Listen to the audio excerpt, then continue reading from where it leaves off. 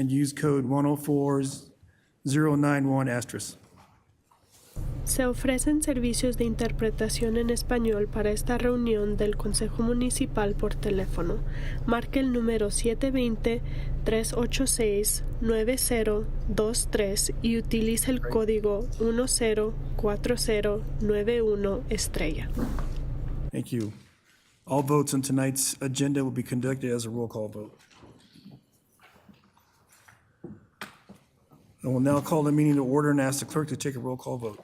Mayor Douglas, Present. Mayor Pro Tem Noble, Present. Councilmember Madera, Present. Councilmember Teeter, Present. Councilmember Chacon, Present. Councilmember Kim, Councilmember Dukes, Councilmember Ford, Councilmember Douglas, Present. Mayor Douglas, you have a quorum. Thank you. Please join me for a moment of silence, followed by the Pledge of Allegiance.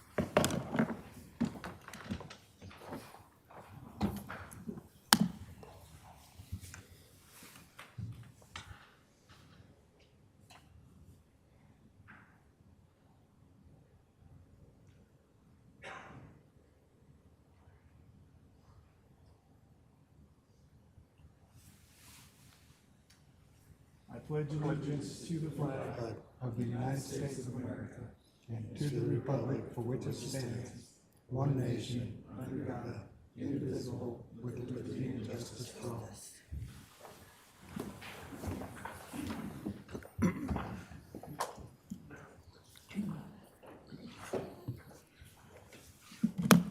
All right. Need a motion to adopt the agenda. Do any council member wish to amend the agenda? Seeing none, and a motion and a second to adopt the agenda as presented.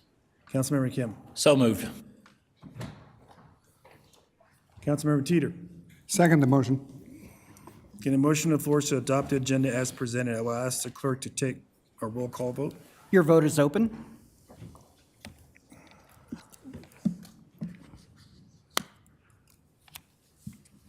Okay, that passed unanimously with 9 votes. All right. Public comments. All public comments except for those on public hearings will occur now. If you are intending to comment about a public hearing on tonight's agenda, please refrain from doing so until the public comments for that particular hearing. Public comments shall be limited to 3 minutes each. Persons registered to speak multiple times may speak multiple times. Will the clerk call any virtual or in-person speakers? Thank you, Mayor Douglas. We do not have any virtual speakers tonight, so we will start with our in-person speakers. Our first in-person speaker tonight is Jackie Valdez. Jackie, if you can approach the podium, you'll have 3 minutes once you begin. Thank you.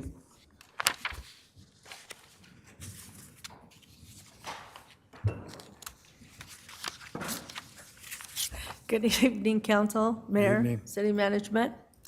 One of the things I'd like to address tonight is fireworks.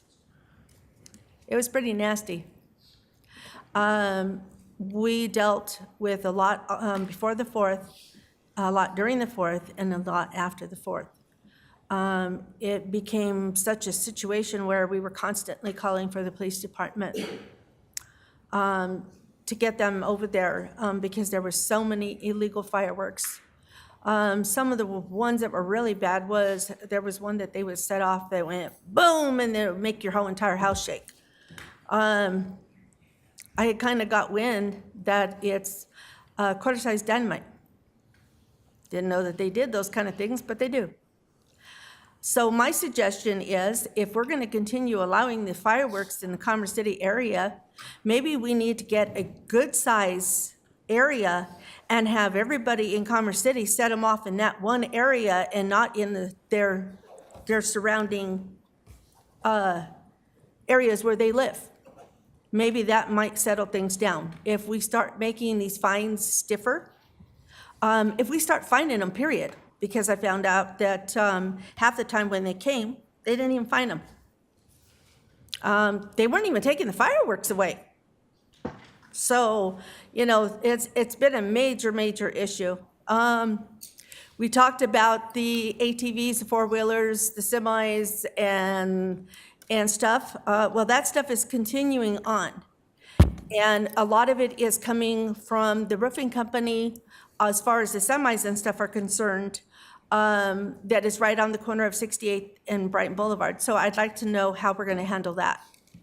The ATVs, I actually had one gentleman pull up because he started to try to turn in front of my house, and it looked like a little mini car. And I said, wow. And then as he's starting to turn, I actually got scared. And so then as my daughter walks over to kind of talk to him, she realizes he actually has plates on this thing. Can't maneuver it very well, but he's got plates on it. So I'm kind of wondering what we're going to do with 68th in Colorado and Brighton Boulevard to keep us safe, because it sure hasn't been safe recently. I know that we were supposed to have everybody out there again talking with the community, and we've not had that happen. And it's really nice to see that our councilman for Ward 1 is here. Really nice to see that. So that's what I want to know tonight, is what we're going to do with these fireworks and what we're going to do with these ATVs and the semis and all that, and the concrete and the asphalt coming through. I want to know that. Thank you, Ms. Valdez. There will be a report on it later on, so thank you for bringing it to attention. Thank you, Mayor Douglas. Our second and final speaker signed up for public comment tonight will be Keith Rogers. Keith, if you can approach the podium, you'll have 3 minutes once you begin. Thank you. Evening, Mayor, Council. Jackie hit the nail on the head real big with these fireworks. I was out chasing people down with fireworks. I'm going to start flat telling them, you want me to do that at 3 o'clock in the morning when I have to get up? Then don't do it after 10 o'clock when people are trying to sleep. It's getting ridiculous. We need somebody to monitor Colorado Boulevard every morning between 4 and 4:30. This motorcycle goes flying by every freaking day. In between 5 and 7 o'clock, he goes flying back the other way. Lots of cars are racing up and down Colorado Boulevard. I also want to know what they're going to do with these dang tracks on Colorado Boulevard. It's old. It's time to get the dang things fixed. When are you going to do something with that end of Colorado Boulevard? Get some dang drainage. I'm tired of my garage being flooded. And everything on the agenda I see tonight is for Highway 2, 88, up north again. Nothing for the south. Nothing. Nothing has been done on the south. No roads have been fixed. No drainage put in, no sidewalks, no nothing. I want to know why we're still getting nothing down here, but north is still getting everything. South is what started the north end. We want a little bit of stuff done on our end. I mean, our police department did a fair job. They did have their drones out, which was a good thing. So, as far as the police department, I was a little bit pleased with them over the weekend. But we need to start doing stuff. We need to start cracking down on these people. We need to start raising fines.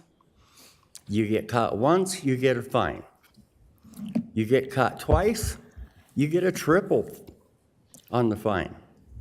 Because it's getting ridiculous. Tired of the speeders, tired of the noise, and tired of the roads. We need to start doing something. Or, maybe we'll get the news and lawyers involved, because we're not getting anything. Thank you, Mr. Rogers. Mayor Douglas, that concludes our public comment for tonight. Thank you. All right, thank you.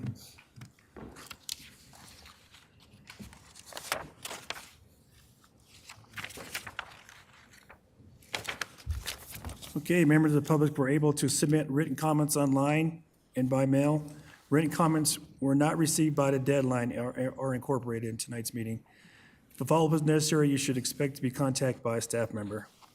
Okay, we're going to recess to the Urban Renewal Authority meeting.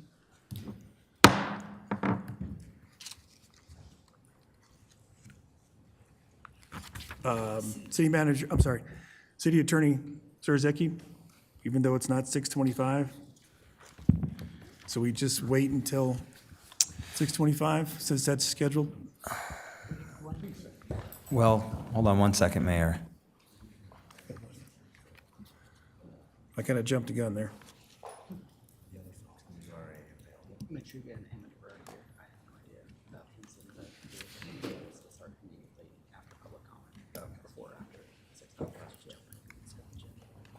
So it sounds like we have some other members that are available online. Currently, also, the city clerk just clarified to me that it was clear that it was, as far as timing, going to be as immediate as possible, so there is not a concern of starting now. Okay, Thank you for asking. all right, appreciate that. Okay, with that, we'll now call the meeting to order and ask the secretary, take a roll call vote. Roll call, sorry. Thank you, Chair Douglas. Chair Douglas, Present.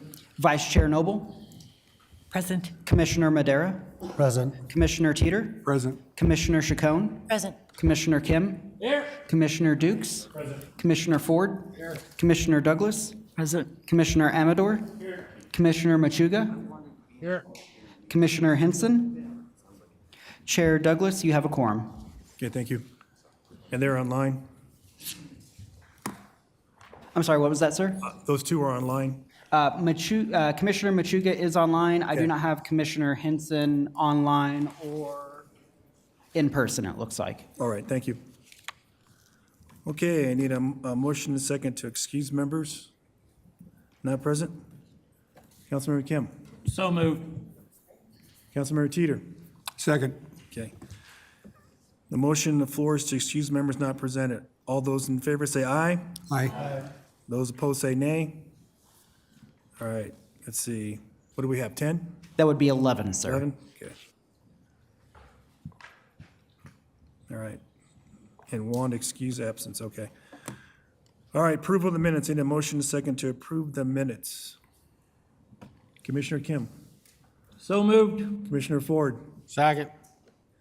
Okay, motion on the floor is to approve the minutes. All those in favor say aye. Aye. Those opposed say nay.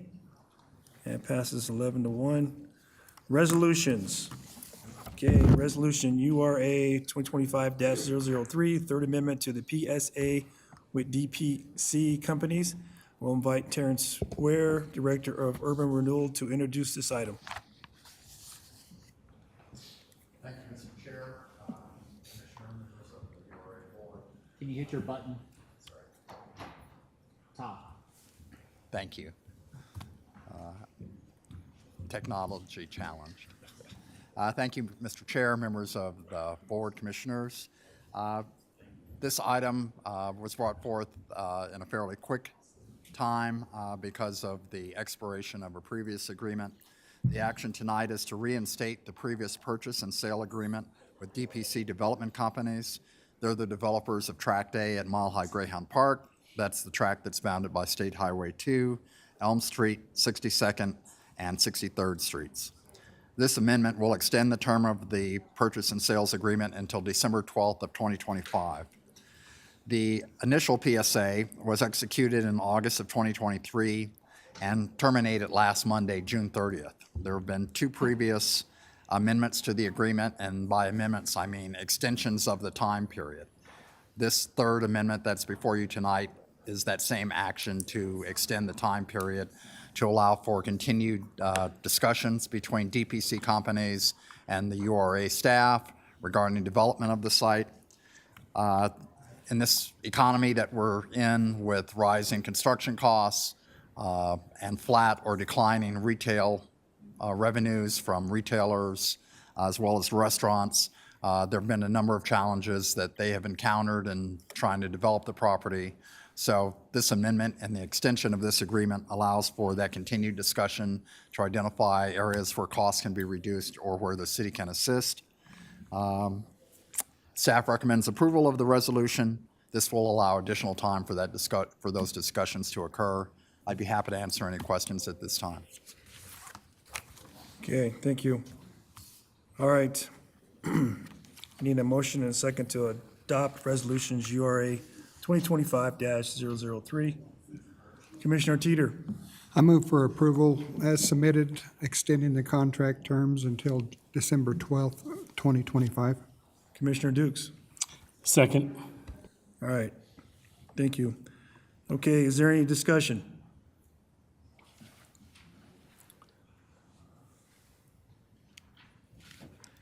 Okay, saying no, discussions, the motion on the floor is to adopt resolution URA 2025-003.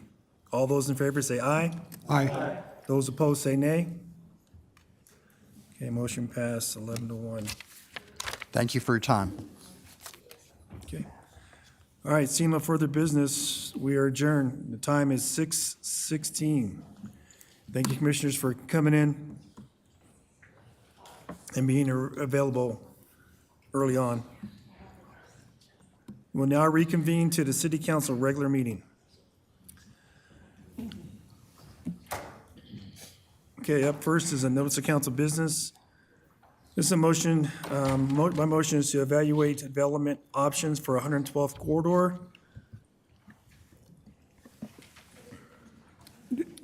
So I'm sorry, my motion, I move to direct the city manager to identify and present options for development of 112th Avenue from East Chambers Road westward towards the Bison Ridge Recreation Center.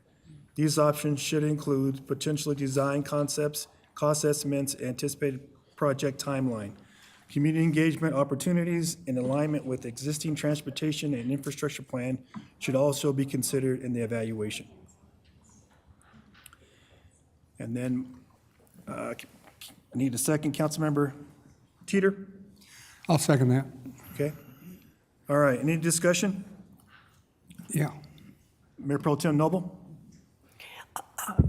Is there a deadline on that when you would like to see it back? City Manager Rogers, how much time does your department need? I would assume that we'll have some potential feasibility analysis from the various partners, which would be culminated into a recommendation or a next steps or an issues briefing for this council at the end of Q3, the beginning of Q4. I think the memo outlines the number of players at the table, all that have other maybe pressing priorities, but we would continue to engage with them to answer the questions of what it would take to be able to move forward with a project of this scope. And obviously, that would then lead into I think a next level conversation with you all about, is this a priority amongst some of the other discussions that you're going to be forthcoming and having about the CIP. Okay, so third quarter would be like August or September? I would assume that we would probably be back with some information around the October-November timeframe. Okay, Once again, this is assuming that we are getting 100% participation and being able to answer the necessary questions from, like I said, the players around the table. all right, thank you. Mayor Pro Tem Noble, do you have that question? Yes, I would just like to ask that it be amended to include a time on it. Okay, So first Monday in November, or first formal meeting in November? would that be possible? So just to make sure I heard this correctly, amend that to have the first regular meeting in November? Yes. Correct. If that's what if the body moves forward, I don't think that's an issue of us being able to bring it back. Okay, thank you. All right, so I'd like to amend my motion to include that this comes back to first regular meeting in November. Okay. Councilmember Dukes. Thank you. A couple of questions. One is around the memo. Based on the memo that was provided with this motion, it seems like it covers what's already in the motion. Can you describe, Mayor, what the difference between what you're asking for and what's already covered in the memo that was provided? This is what I got with the city manager, and this is what he asked me to do early on, so his staff could dig into necessary information and what was brought up back in, I believe, 2017. I'd have to go back and look at that, Mayor, about the date in which this was discussed by the full body of council. I think for your discussion today, right, we had some initial information based on conversations over the time that we've had with these different partners, not collectively around the table, which, once again, I think would be a little bit of a different feasibility analysis than what you have presented. So can you explain what your needs are with this versus the memo? Yes, well, like I said, this is what city manager asked me to do, to bring it forward to him so he could put the necessary things in there. So this is what they're going to ask to go through with the different agencies. So even though everything's included, it has been vetted on the funding source as far as who's responsible. Like we have Adams County involved, we have different developers, and what exactly would be their funding to contribute to the widening or the makeup of building this section of road going to the rec center. Thank you. So I guess my other question is around just the language. Why didn't we think about just doing or what was your thought process around just asking for a feasibility study as a whole? I think when the staff recommendation was the feasibility study engineering the cost estimate. Is that? Yeah, I wasn't, like I said, I met with the city manager, and that was presented to me and what I was asked to do, for them to do, as far as bringing this all together. Because just by saying what I presented doesn't include everything. We need to make sure that all the agencies and the different stakeholders are well aware of what the process or regulatory influence, all those different measures are involved. Yeah. So it's not just asking for a feasibility study. This goes into it, because before, when this was presented, the scope of work that was done, there was box culvert. We had plans that were made up and everything, engineering plans. And then on the 11th hour, Oakwood came in and said, hey, well, we'd like to go the other way. So they asked the city to stop the project going forward at that time. I guess City Manager Roger, can I ask a question around the feasibility study? I guess I want to provide clarity so that as you and your team and your staff go out and look at this pretty big project, it might take a couple years. Would it be more clear to express like our needs for a feasibility study to talk about the cost estimates and then bring that back? Or is this as written clear enough for you and your team to get direction on what we're looking for? Yeah. The last thing I would want is that we waste city resources on questions on a study session that we could have asked at the very beginning. Yeah, I appreciate that. And I think just to give a little bit more context of where the mayor was trying to go, yes, he reached out, had a conversation about wanting to move forward a motion about this stretch of the roadway. In working with trying to provide supportive materials about information that we have accessible, but would need to further drill down on, we provided that memo that gave a glimpse of, I'll call it top level of an analysis. A feasibility analysis, in my mind, this is a good first start, but there's ongoing conversations that we would have, for instance, with Mile High Flood District. Mile High Flood District has a $66 million project. While it's not enumerated or called out specifically within the staff memo, in order for that roadway to move forward, a portion of their project would have to be developed first and foremost. And we don't know what the cost of that portion of their project would be, whether or not there would be some anticipation of or expectation of participation by the city as part of their own project, which is separate and apart from this roadway, if we wanted to be able to take that next step of actually being able to construct that road. I share all of that, is that would be the next formation of a document that we would bring forward to share with council that looks at all of those various nuances or additional details from those partnering agencies to make that determination about whether or not the project is truly feasible at this time. Okay.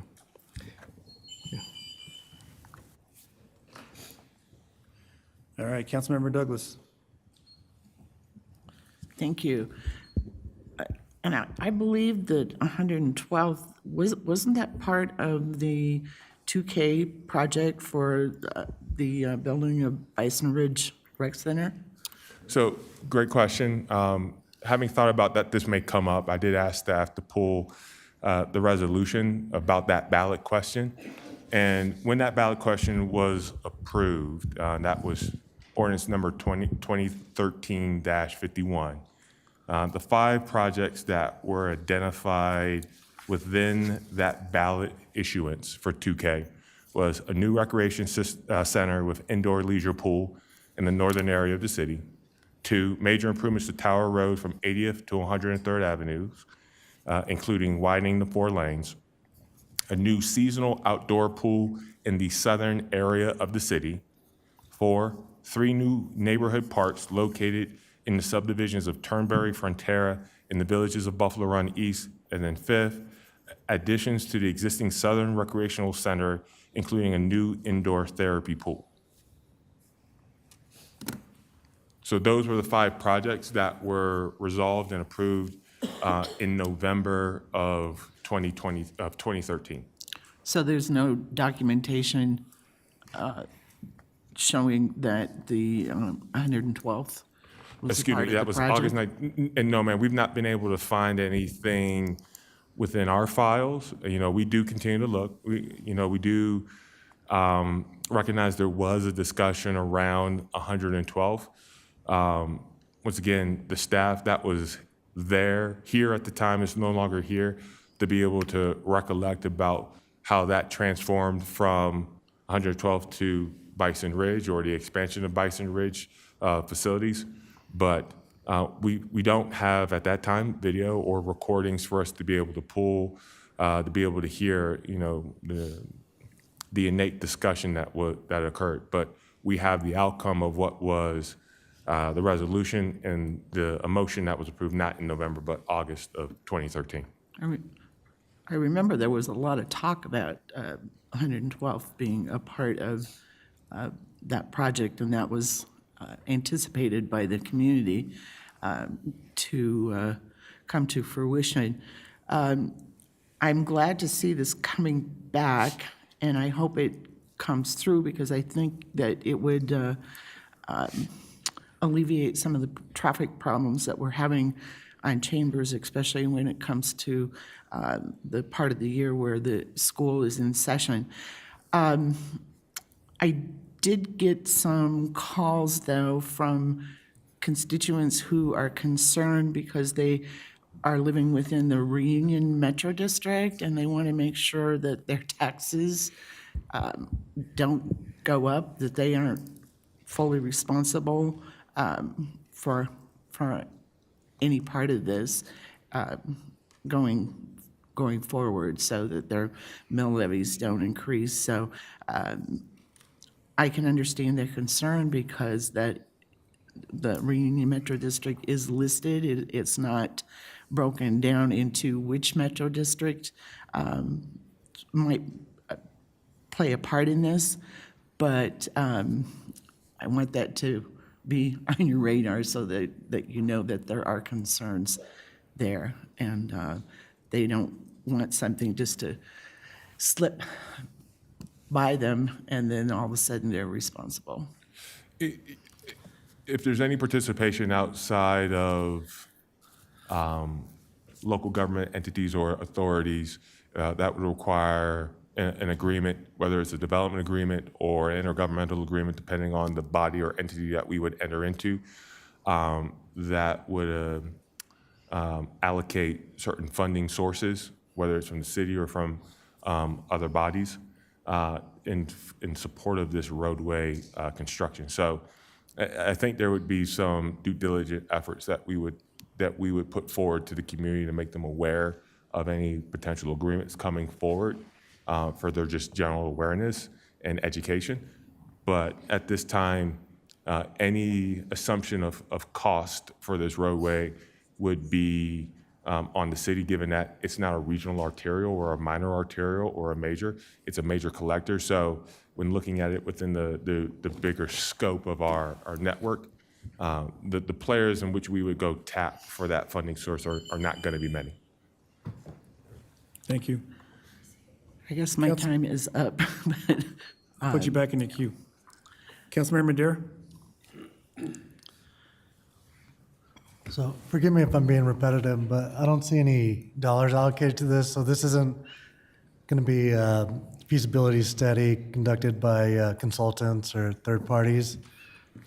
No, this would be engagement by our Public Works CIP team with the various parties to understand high level, or I'll say another cut below what you have in this memo to give you a little bit more certainty of data and details, time estimates, what work would be necessary while engaging with those partners, to come back to you with whether or not, to your point, should this project be funded within the next 5 years? And if so, where does this rank from a priority with your other CIP program and other projects that you have highlighted on the horizon list? And does the city own property along that corridor? There's currently been a dedication of a portion of 112th with the most recent plattings over the last couple of years within the Turnberry and Reunion active adult community filings. That being said, there would still be the requirement of additional right-of-way to be dedicated by the property owner and or the developer, depending on whose hand that property sits now, for us to be able to actually put a shovel in the ground and be able to move forward with some form of design. Is there any developer interest in that area as they come and, volunteer to help us finish that roadway? Previously, that roadway was contemplated as part of the now expired Consolidated Development Agreement. Given that the majority of that roadway is encumbered on Fullenwider / Oakwood Homes land, as it currently stands right now, the portion that would still be required to be dedicated to the city is outside of any development program or development area that would be required to help facilitate that dedication of that land to the city. So it would have to be some form of negotiated process. And obviously there's a number of different negotiated processes the city can undertake, some that are probably better served in other appropriate forums from a sharing of information. But that would be the stages in which we would engage with the home builder and or property owner. And then in this analysis, I assume that we'll be looking at the flood risks, with everything going on in Texas right now, and making sure that we're mitigating those risks, because that is an area that's prone to flooding. Yeah, absolutely. We do talk about it briefly in that memo as well about FEMA. Obviously, there are significant wetlands currently. Why that road is closed is due to flooding.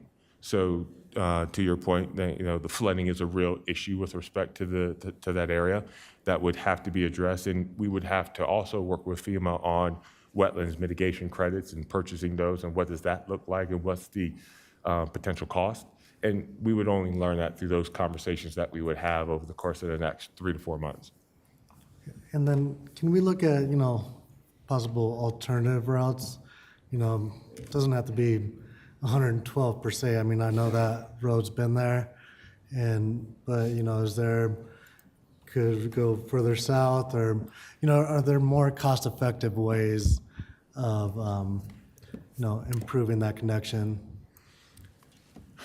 Possibly, and that would have to be something that we would have to look at. When you look at that area of where 112 is proposed, it kind of that area is kind of bisected. It would bisect a significant area of Second Creek as well as existing wetlands that spread from that. And we wouldn't know about alternative solutions to that roadway until we were able to have some general conversation with the Army Corps of Engineers, who would have to approve any permitting through that area, just given the extensive nature of the wetlands and the impacts to the riparian area, as well as FEMA. But those would ultimately be conversations as well. And then if you really did start to push any further south, right now we're having different discussions with potential developers which get outside of what was the anticipated initial routing that may then impact development. Thank you. Thank you. Councilmember Teeter. Yes, my whole goal in seconding this motion was, you got 8 different agencies involved with it. It's in a floodplain, and I can just see it never going anywhere and just being a roadway that's never happens because it's in that floodplain area, and I'm thinking the city needs to do something out of the ordinary to make something happen. But I'm not wanting to move it in front of any other projects, but I want to get it on the up front so that we can start looking at it. But it's going to be a tough area to improve, and it would be a great improvement to make it so that the northern folks could hook up with the recreation center and without a big hassle. And I mean, it's unbelievable how many people come through our communities that have to work their way around 112th, that they just make it so much more convenient for them if we could get it open. So I would like them to just check into it and see if it's feasible or not. I'd just like to know. Thank you. Councilmember Ford. Thank you. I know when this came up, there was a design. City should have a design somewhere. Biggest problem that we ran into was Army Corps of Engineers was the easy part. Scott Edgar with Frico Ditch Company was the hard part. We talked about box culvert to box in the ditch, but because the ditch and the creek are at the same level, you've got to go under or over with the creek. And to box that in, Frico said they didn't like that idea because in a flood, a boat or a car or something could get jammed in to the box. So it turned into a very expensive issue. We even looked at trying to make where the road goes through the creek, some type of material that wouldn't wash away, kind of like when you do the wildlife drive and you go down through the creek, there's a spot that they have like pavers that are in there so that it won't wash away. And so when there isn't water in there, we could have it open for traffic. But it just kind of ended there because of the cost and the frustrations with Frico at the time. I think it needs to be done at some point in time, but I also believe that we have issues like Colorado Boulevard, that we have to start looking at some of the stuff on the south end of town that has been neglected for years. If we look at taking care of things in both places will help. I hear every Monday night, people come in and complain about Colorado Boulevard. In 4 years, I have not heard anybody come in and complain about 112th. Not that it takes that to get something done, but we need to spread some of the love throughout the community. And yes, I would have loved to have done 112th back when we had it designed. The cost was outrageous, and a lot of it had to do with frustrations with Frico. And then Oakwood was also a big player. And I don't know where they're at, if we can get them to the table to participate as well. But those were the reasons, and you should have here at the city some documentation about design of 112th and bring that back so that we can see what today's cost would be compared to what it was then. Because back then, we couldn't afford to do it. Thank you. Mayor Pro Tem Noble. Thank you very much, Mayor. We're having quite a discussion on this already, even though it's going to be coming back. And I completely agree about Colorado Boulevard, by the way, and I think someone needs to submit a notice council business on Colorado Boulevard in order for that to be on the agenda to have this discussion. I've driven 112th through that area to Bison Ridge many times before the barriers went up.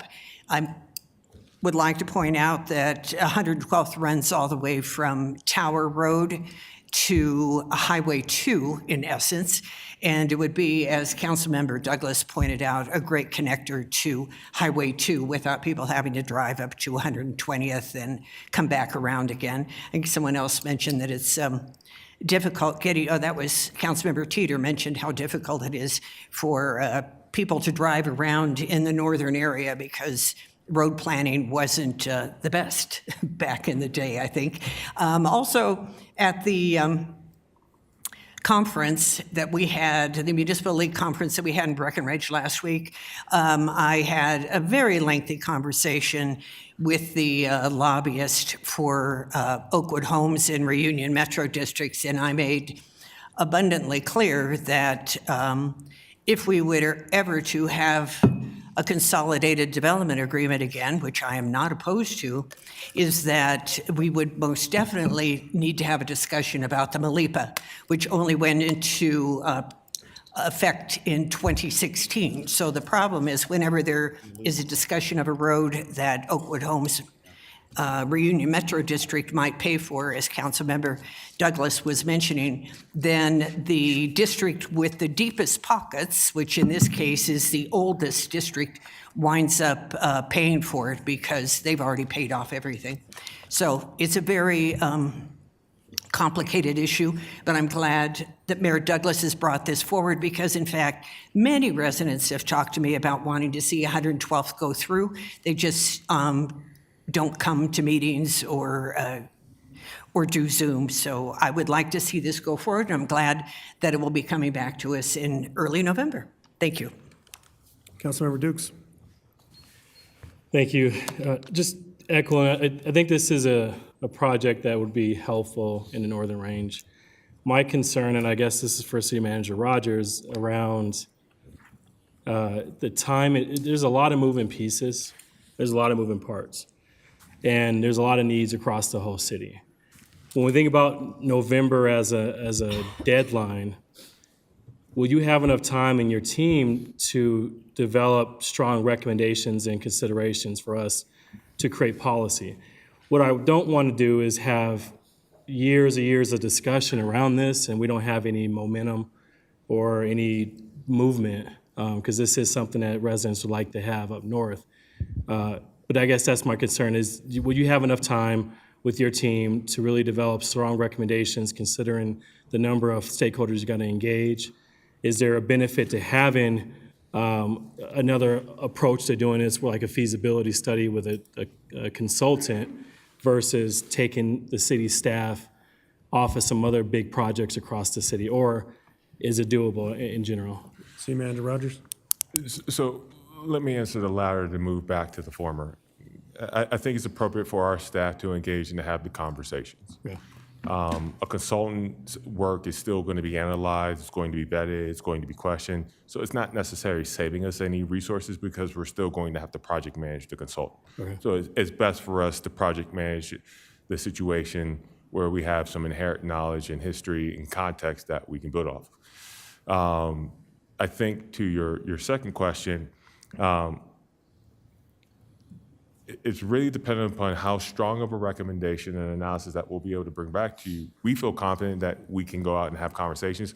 I can't speak on behalf of Mile High Flood District or Full and Wider as property owner or in conjunction with their development partner Oakwood about what level of participation that they would play to help provide a decision. So we can push, and that's all I can promise, that we would push to have those discussions to be able to bring that piece and component about. At the same time, there's some blocks or dominoes that need to fall first. Mile High Flood, Oakwood, Full and Wider, then having that conversation with FRICO. So all of this is somewhat parallel, but also sequential in nature. To Councilmember Ford's about budget and cost, we have an initial starting point because yes, we do have some general designs. We don't have a full set, but we have general designs and working previously under that CDA that has led us to know that taking out whatever we have to negotiate with Mile High Flood, Full and Water, Oakwood, FEMA mitigation credits, you're looking at a cost of $20 million. That's the floor. That's not necessarily the ceiling, nor is it probably even the door itself, right? So it may be even higher than that when you think about when we actually would take this to bid 2 or 3 years, because it's going to take at least a 2 to 3 year process to get through the Army Corps of Engineers. Okay. So we'll be able to get to you some more credible information than just some initial takeaways that this was meant to serve, to let you all know the immensity of some of the work that we're gonna have to dig into over the next 3 to 4 months so that you can make that critical decision point. Is this road a higher priority than Chambers, 96, 56th Avenue in our core city? I heard Colorado referenced today, improvements that we're already making. Okay. And that's gonna be a question that you all as council will have to bear and have to navigate based on that information we bring back. Thank you for that. And so what I'm hearing as well is that there is a scenario where you'll be able to bring back what you have, but not have a complete picture. And then during that study session, we'll have to determine, or not vote on it, but determine like if we want to move forward with more or less. But that's what I'm hearing. And I guess my concern is, at what point will we know, do we have a big enough picture, or will this just, would you consider like we continue to have more study sessions, talk through it? I think, yes, there's always a worst case scenario that we won't have a 100% picture. But I think by the time that we get back in November, we'll have had some discussions that will lay out process, that will lay out additional costs above and beyond that 20 million, that will allow for you to make a decision on whether or not, do you want to change priorities to assign some work and some money and some effort to go toward a project that currently right now hasn't been identified as within the next 5-year horizon. Okay, thank you. Councilmember Douglas? Thank you.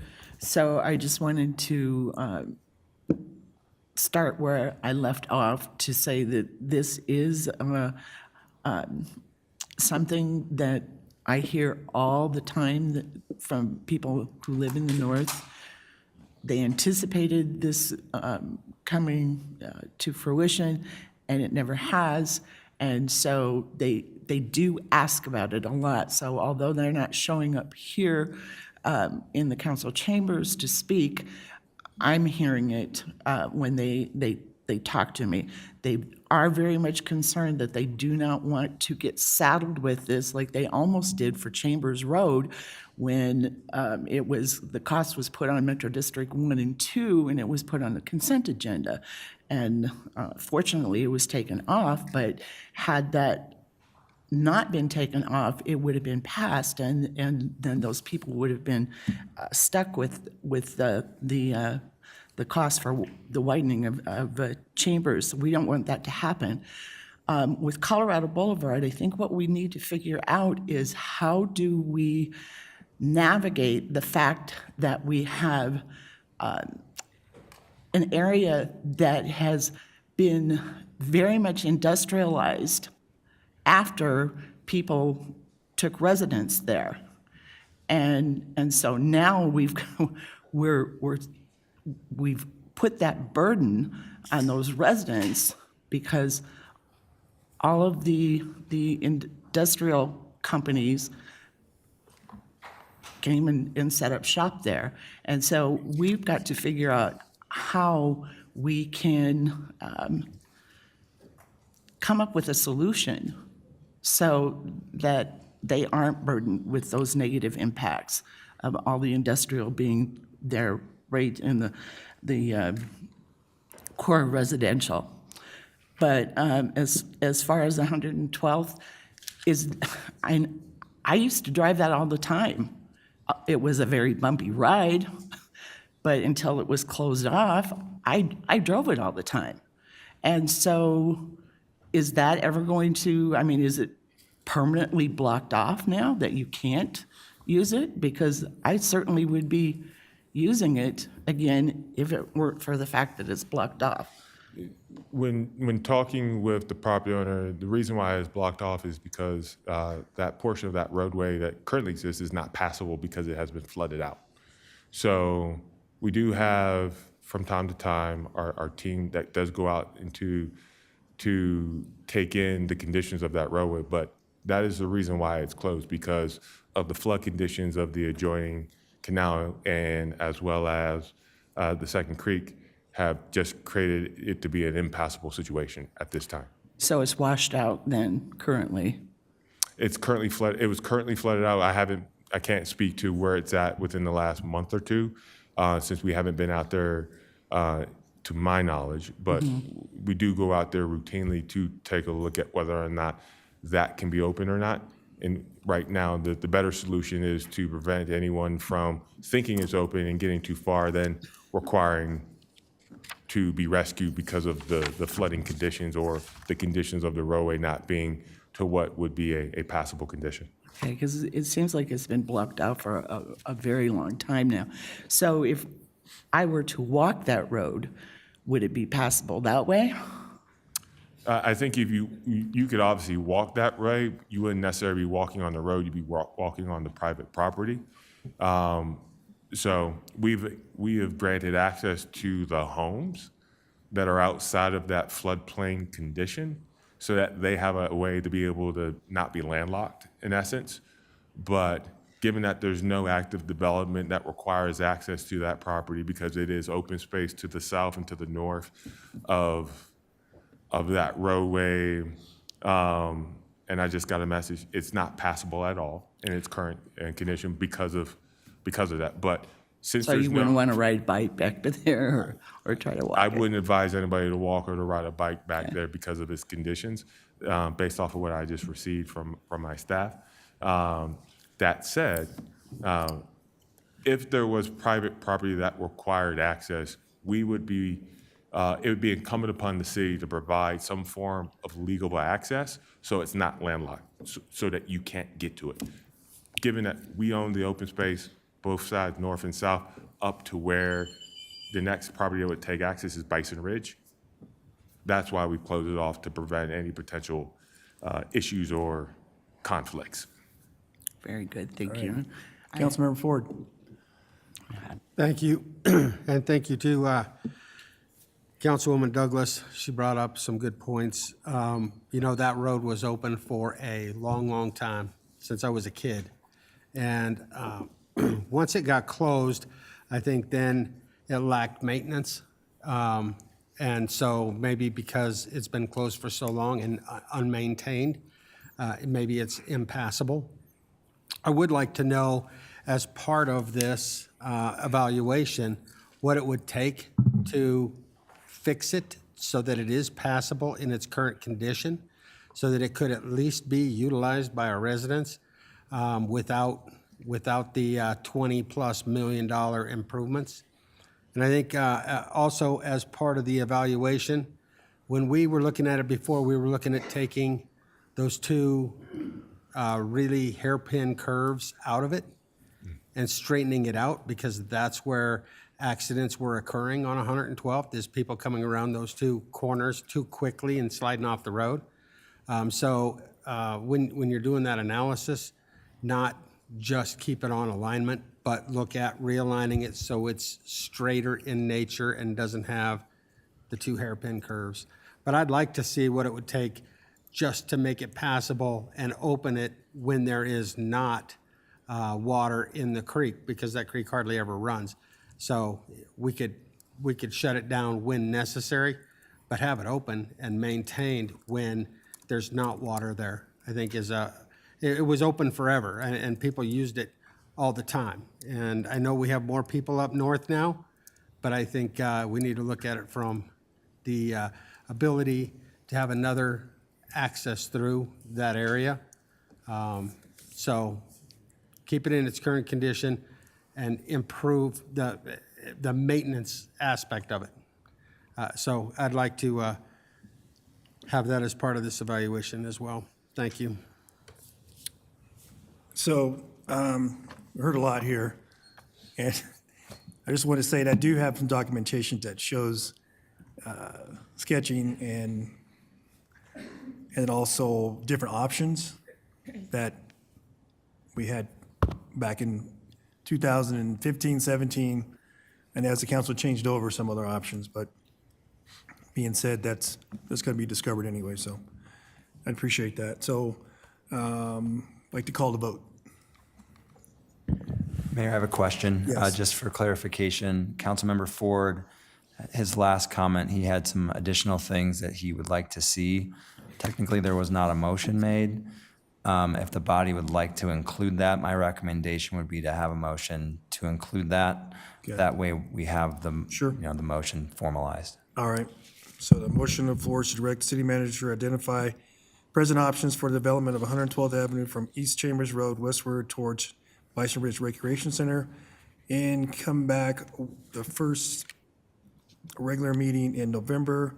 And also, Councilmember Ford, could you go ahead and state your, Yes, number one was to straighten it out so that you didn't have the two hairpin curves in there. And the other piece was to come back with cost analysis of maintaining it in its current condition, of course, improving it to where it's passable and maintain it in that condition, and what those costs would be. City Manager Rogers? If the council member may be willing to entertain a design that can try to address that, I think one of the things that's a critical piece here is that whatever design that we have ultimately would have to be approved by the Army Corps of Engineers.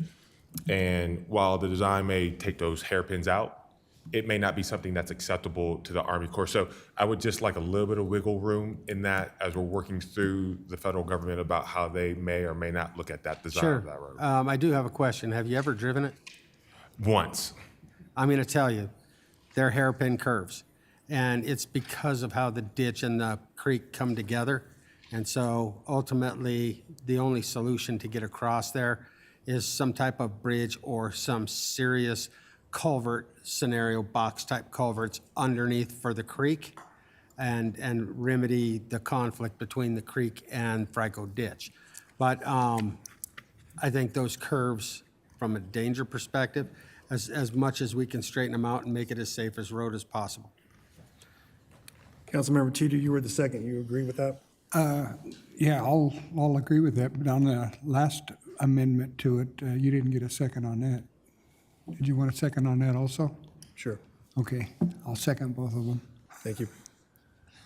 All right.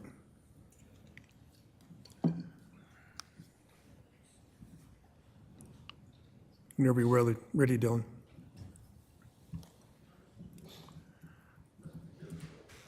I just want to confirm with the city attorney that the motion as stated is satisfactory. Yeah, I will reread it, Mayor, just to make sure that we are all clear. A motion directing the city manager to identify and present options for the development of 112th Avenue from East Chambers Road westward toward the Bison Ridge Recreation Center, and schedule that presentation for the first regular council meeting in November.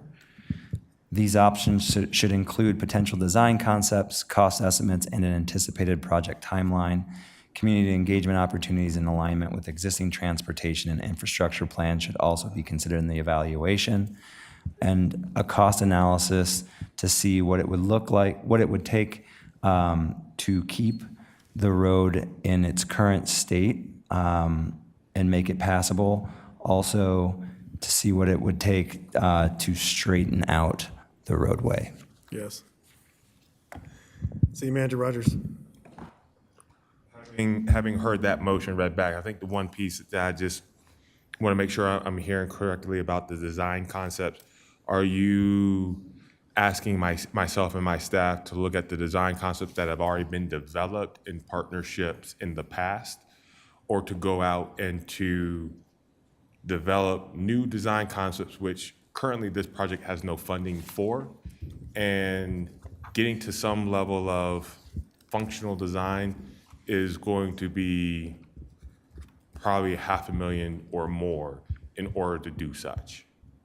So I just need some clarification to that. I would say what was already been presented, because at the time, we did look at that, so. I just wanted to make sure that my staff has some clarity as to look at what we have, run that back through the grinder, see what comes out effectively with respect to the parties around the table, and if that changes any analysis or dives a little bit deeper into the context. All right. So thank you. Your vote is open.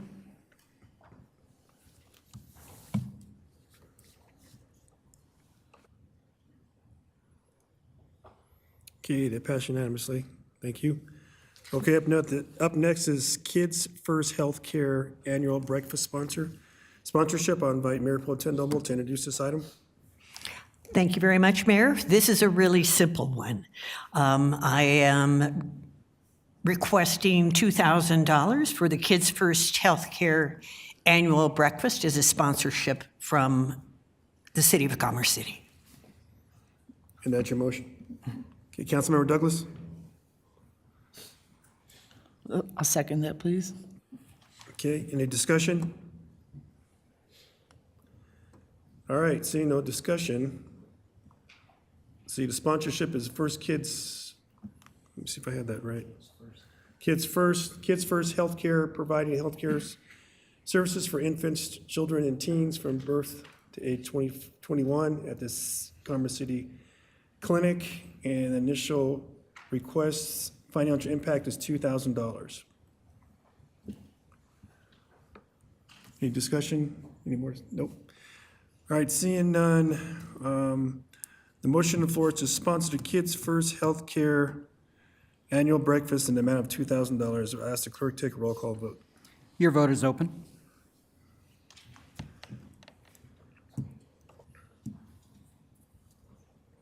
Okay, that passed unanimously. Thank you. Okay, legislative lobbyist RFP council panel participation. We'll invite the city manager Rogers to introduce this item. Thank you, Mayor. This was brought up during my council report back on June 23rd. There was discussion that we had at that time about at the next regular meeting allowing for you all, based on the offer to help participate in the selection or recommendation for selection to the full body council later this year. Sitting on that interview panel as part of that RFP process, and that we would be looking for the selection of 2 members of council. So simply bringing that back for your discussion and vote tonight. Mayor Pro Tem Noble? Thank you very much. I would like to nominate Mayor Douglas as one of the 2 council members on the panel. Councilmember Chacon? I'd like to second that for Mayor Douglas. Okay, Councilmember Kim? I'd like to nominate Councilwoman Chacon and Mayor Pro Tem Noble, Mayor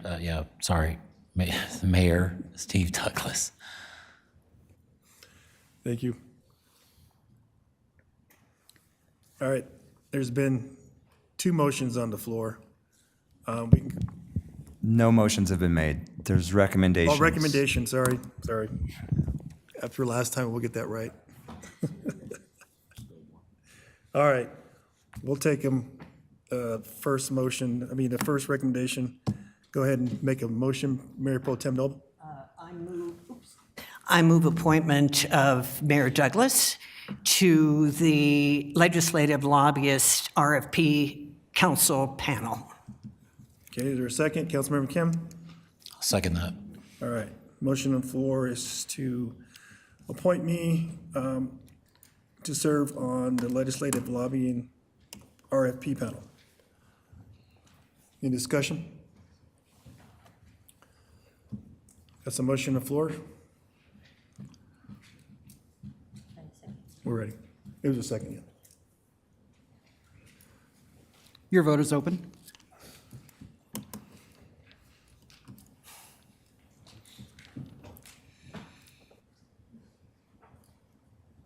Okay, that passes unanimously, 9. All right, Councilmember Dukes. I'd like to make a motion to appoint Councilmember Ford to the Legislative RFP Council panel participation. Okay. Councilmember Dara. Second. All right.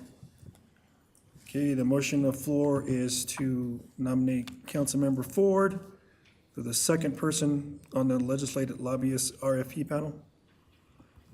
Discussion? All right. Your vote is open.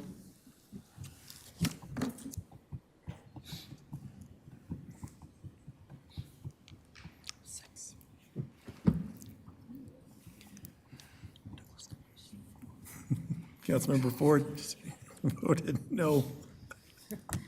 I'm not going to vote for myself. It's all right. I have that right. It No, passes. you're fine. All right, Mayor Pro Tem Noble? Yeah.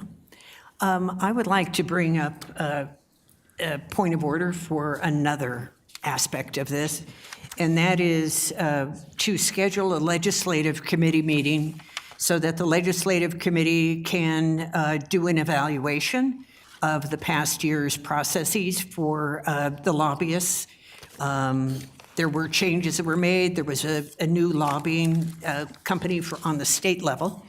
And so I think it would be useful to schedule a legislative committee meeting. We had already discussed having year-round support. So my motion is to schedule a legislative committee meeting that would be held prior to one of our next meetings, whether a study session or a council meeting, Okay, this month. Councilmember Chacon? I would definitely like to second that.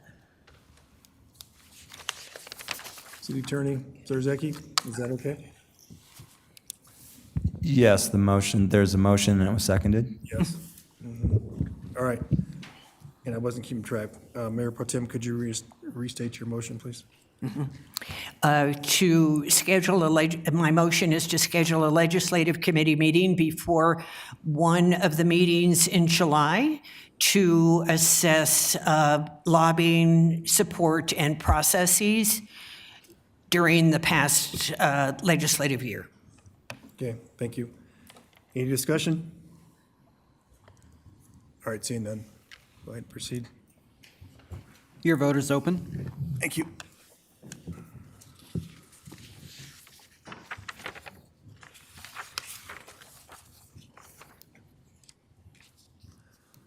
Okay, that passes 8 and 1 no vote. All right. Up next is a commercial lease assistance. Okay, I'm bringing this forward. My motion to direct the city manager to explore options available to the city to support small businesses that are facing barriers to commercial affordability. The recommendation may include rent stabilization strategies, cooperative leasing model, or community-based ownership structure.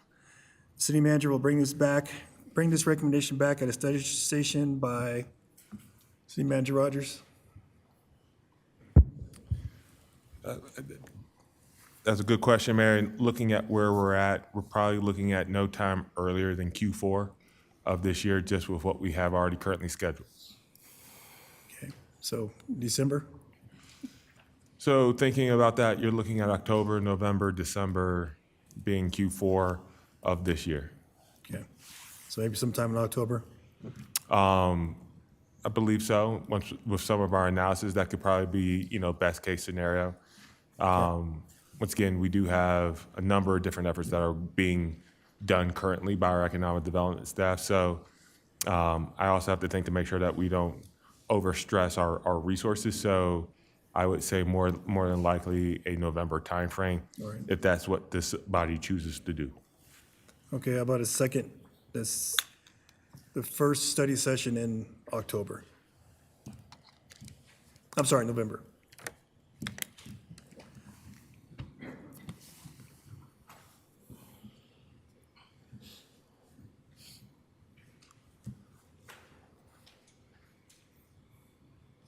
Currently, for the November 10th meeting, we have one item tentatively scheduled, so that doesn't seem to be a problematic aspect. If something does change with our staff and being able to develop that information, we'll definitely come back to the council, I'm sorry, say that date again? Right now, the November 10th November date 10th. has only one item tentatively scheduled. If we run into any issues, I'll make sure to come back to the council seeking some additional time if necessary. But that would be the first study session in November All right. 10th. Okay, that's my motion. Councilmember Chacon? I'd like to second your motion. All right. Second, Councilmember Chacon. Any discussion? Councilmember Dukes? Thank you. This is a pretty important ask as we think about small businesses across our city. I guess, but I'm struggling with seeing how this, seeing the relevance of this motion, given that we have a small business task force. And in their May 5th report, they outline this as their next steps. And as you know, this is led by our community volunteers and our business leaders. So I'm concerned about this staying aligned with the strategy we already set and then having a separate study session away from the work that's already being done within a small business task force and the economic development team. So I guess my question to you, Mayor, is how is this aligned to the work and the business leaders and the volunteers, in addition to your ask for the city manager to do a separate strand that's in parallel? Thank you for that question. Appreciate that. Yes, it was looked at, and at the current time, this type of proposal or offer has not been considered. So that's why I brought it forward. Yeah, just going back to the May 5th report for the small business task force, it does mention around to continue the discussion, support real estate, the business development, identify commercial areas and business growth, develop incentive programs to attract retailers and businesses. And so I'm curious how that's different from, Right. or is there, I guess my big curiosity is I want to make sure there's alignment and strategy so that ultimately, again, we make policy, not just have another study session about a unique issue. Yeah, that's a great question. Those are all based on businesses that pay taxes.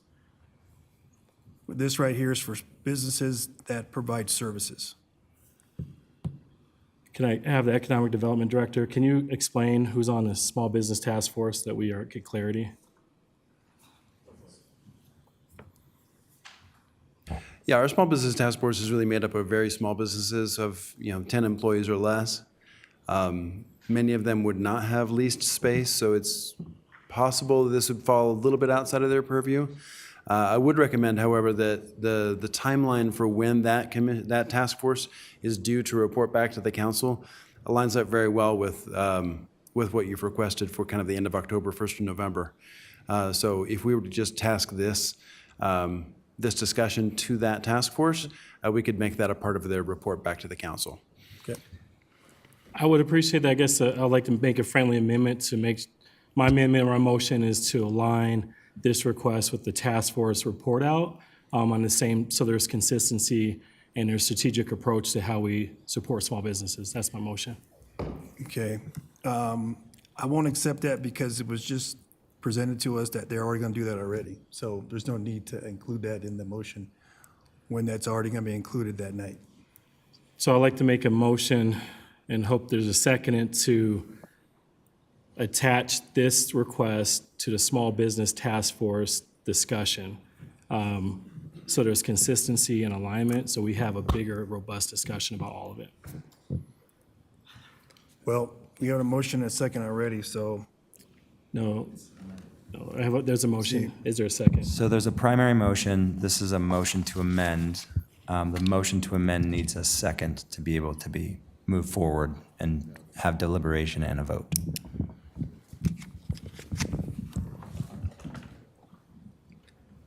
Councilmember Kim. I'll second that amendment.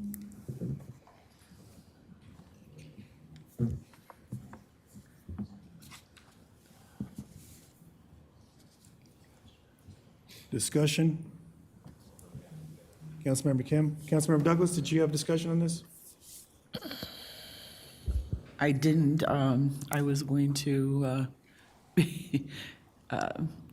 say something in the first round, but because this is now has been seconded, I would say that if I were a member of the Small Business Task Force, I would actually welcome the action taken with looking at the possibility of setting up a program. To me, this would only help out them execute their reason for existing. And so to me, there's no reason for the amendment. I think this stands alone quite well. And I think it's critical to have something like this move forward. I would have liked to have seen it come up before the November 10th study session for discussion, because there are small businesses who are struggling right now because of the fact that their landlords are raising their rents out of reach, and they can't stay in business, and they're going to have to close. And so I won't be supporting the amendment because I feel the urgency in having the first motion go through as quickly as possible. Thank you. City Manager Roger, did you? So having just a brief conversation with the Economic Development Director, we were originally targeting the Small Business Task Force, right? You received the report. We were originally targeting the Small Business Task Force presentation of its recommendations in totality to you all at the end of October. However, there's a calendar conflict that is now pushing that discussion to the November 10th date. So in theory, you're going to have both the Small Business Task Force discussion as well as this. What I stood to understand from the council member was trying to dovetail those conversations into one, so it did not come across disjointed in presentation to you all. And thinking about the date in which we're targeting with that task force and what they're preparing and working towards, it may behoove you all to think about that aspect, knowing that you're going to have the broader discussion and then this small component, which gets into a larger economic development strategic discussion later that evening. So just sharing that for your awareness. Thank you. Councilmember Kim.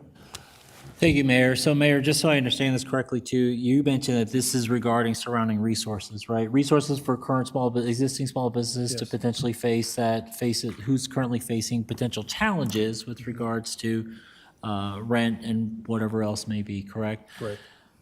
Mr. Anderson, what part of what the current motion is, the original motion is that would you take back to the Small Business Task Force in order to incorporate into what Councilmember Dukes is saying? I think Councilmember Dukes pointed out that the recommendations that we've given as a preliminary report do include the exploration of additional incentives.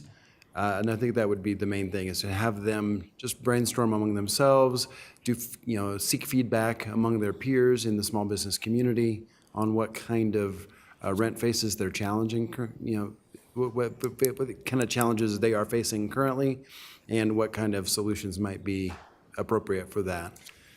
And does that include resources for potential, you mentioned incentives, but does that include resources as well for those same small businesses? Possibly, yeah. We definitely want to reinforce that we're functioning in a broader ecosystem that is inclusive of more than just our own city incentives. There's other resources out there in the broader metro that are being tasked to solve the problems with small business. It's not just us. We want to make sure that we're understanding all of the resources that are out there.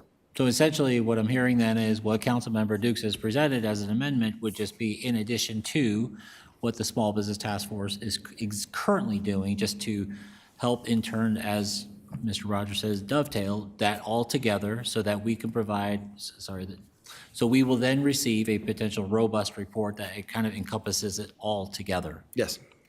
Copy, thank you.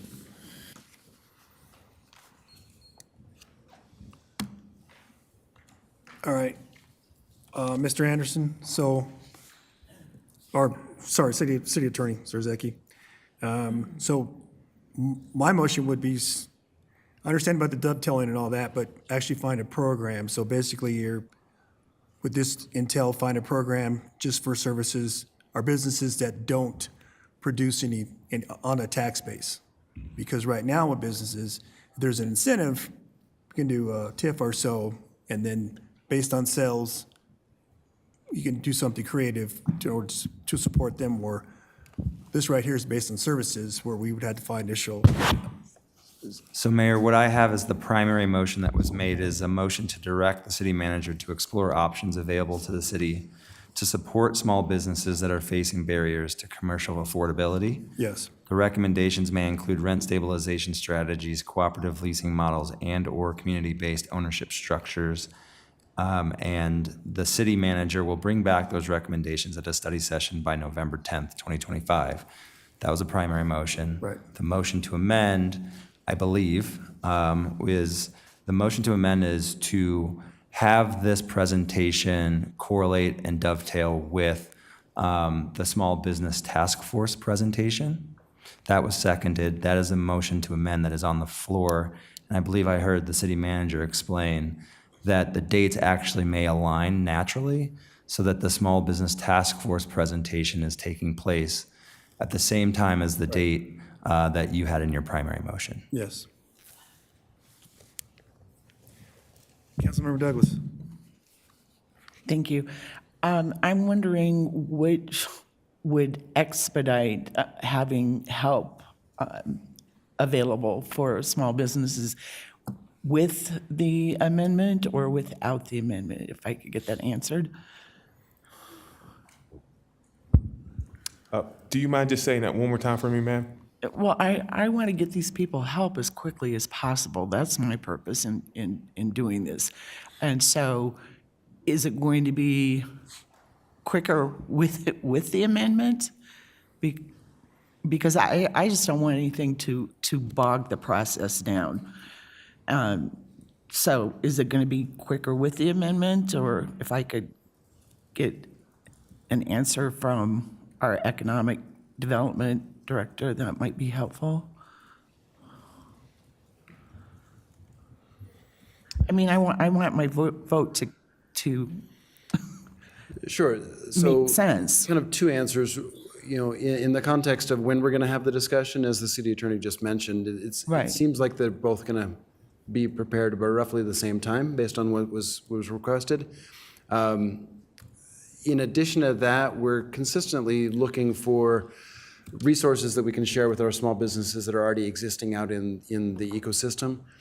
So trying to get those educational materials out is going to be another element of our presentation from the Small Business Task Force. Is, you know, how do we better make available the resources that are existing out there rather than just simply creating new programs for ourselves? You know, because there's going to be two elements. One is something we may create by recommendation of that task force, but the rest is going to be things that we're making our small business community aware of resources that already exist. So in both cases, I'm not sure that the amendment would change the timeline.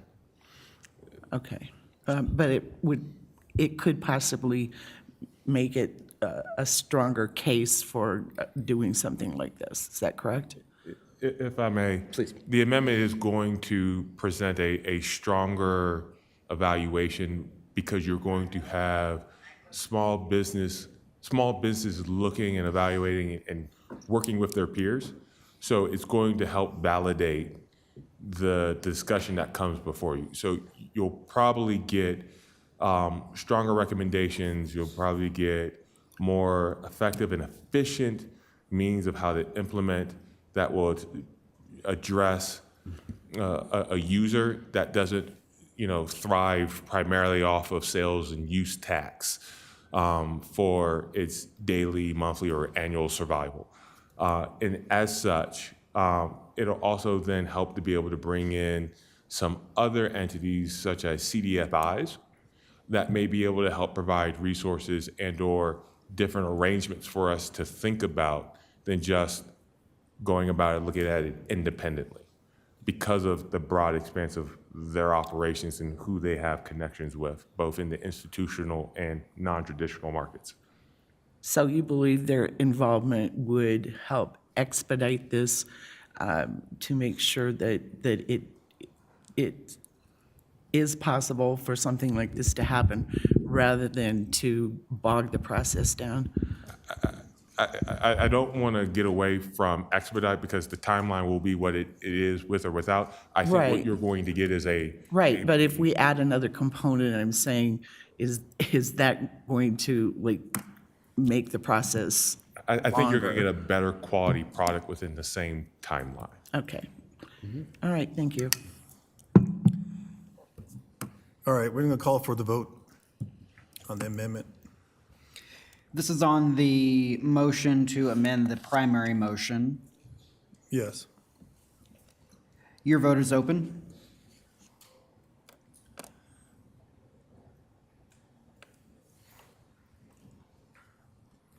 Okay, that passes 8-1.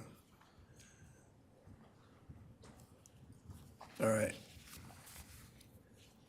So city attorney, so since this is going to be dovetail together, so do I need to make a motion to go with the first? So the primary motion has been amended, and I can read that if that's helpful. Primary motion is a motion directing the city manager to explore options available to the city to support small businesses that are facing barriers to commercial affordability. The recommendations may include rent stabilization strategies, cooperative leasing models, and/or community-based ownership structures.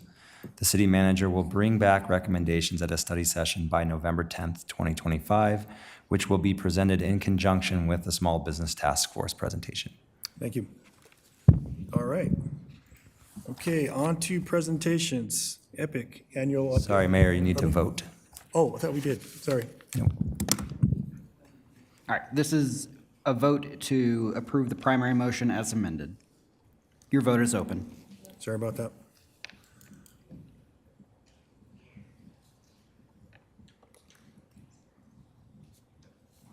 Okay, it passed unanimously. Thank you. All right, sorry about that. I jumped ahead. Okay, presentations, Epic annual update. We'll invite members of Epic forward to give the presentation.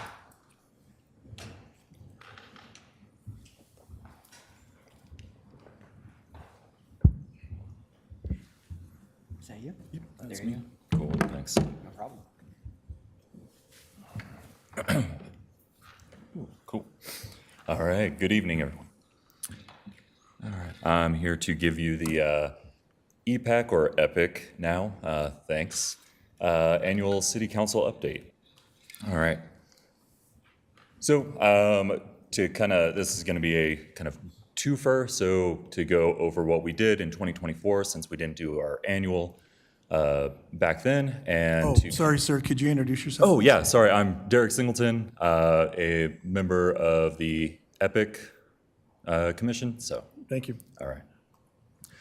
Great. So in 2024, we were able to table multiple events to promote environmental and sustainability education. Went on tours to the recycling facility in Denver, as well as acting as the community body for Excel Partners and the energy plan for the city.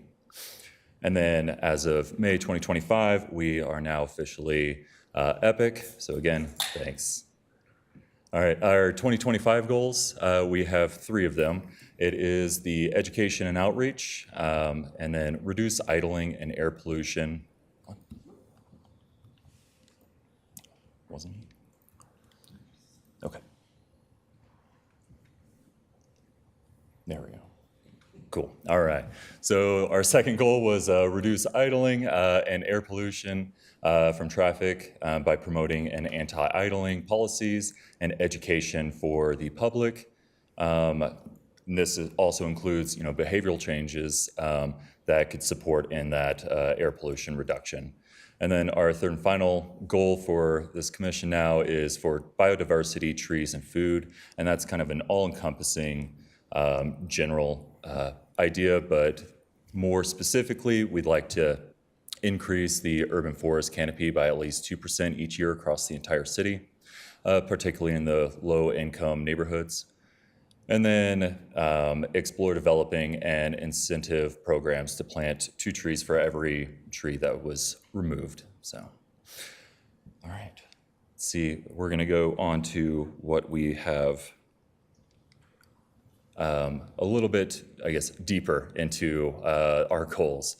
So for education outreach, we have 4 things that we've completed and have done this year in 2025. So participated in Cultivando's Eco Fiesta, tabled the City Resource Fair with sustainability, educational material, and giveaways, tabled at Minicon with a gardening activity and giveaways, and Commerce City Cultural Council, Parks and Rec had zero waste set up at the music in the park events. And then one thing that we're working on right now to continue on with this goal is partnering with the Lester Arnold High School to create a community garden for their next school year. And so this will be used for local food and education for these students there. All right. For reducing idling and air pollution from traffic, goal, we've placed anti-idling signs in various places around in the community, met with the STEAD, school administration about working with their students on anti-idling, and set up an anti-idling committee to work with our schools in order to help the community with education about the dangers of idling and request support in our anti-idling campaign. And then finally, biodiversity, trees and food. So we're exploring options for the community gardens across Commerce City, and then tree canopy increase in the city and planting more trees. So there's a study underway with 93 new trees planted. All right, and then we have 3 kind of long-term goals that mirror our short-term, but also are slightly different. So these long-term goals, the first is develop policies and programs that will help residents and businesses conserve water. This is a big, major factor that is really important. So convert the street yards into native plant gardens, and the sprinkler of those street yards into drip irrigation. Mandate that cool weather turf be restricted to 40% of backyards or 500 square feet. And then our second main goal or long-term goal is waste diversion, to foster a zero waste culture at C3 through zero waste events and operations, educations, and programs, which can reduce trash-related pollution and expand access to recycling and composting. Recycling, composting are 2 really big initiatives that we want to continue working on and kind of bring that composting into our future here. That's a big long-term goal for us. And then our final third long-term goal is to increase biodiversity, local food production, and community gardens. And so in order to achieve this or to work towards this, we want to increase access for low-income, high-impacted communities to locally grown produce through programs and various campaigns. Develop programs and campaigns to encourage pollinator habitats and foster ladybug habitats. And develop a program or campaign to help residents donate trees to one another or adopt and encourage the no lawn movement and remove grass on city properties, so that way we can really lead by example with these initiatives. And then a large part of this would be to keep agricultural zoning to ensure green spaces are maintained. All right. And then this is the budget. So in 2024, we spent $6,900 $6,909.95 of the $12,500 allotted to us. And now that we are finally Epic instead of EPAC, we are able to move towards getting the marketing and outreach and swag budget lines in 2025 adjusted and actually spent. So we'll be moving up in our spending. And so all of these numbers for 2025 is just from January until June.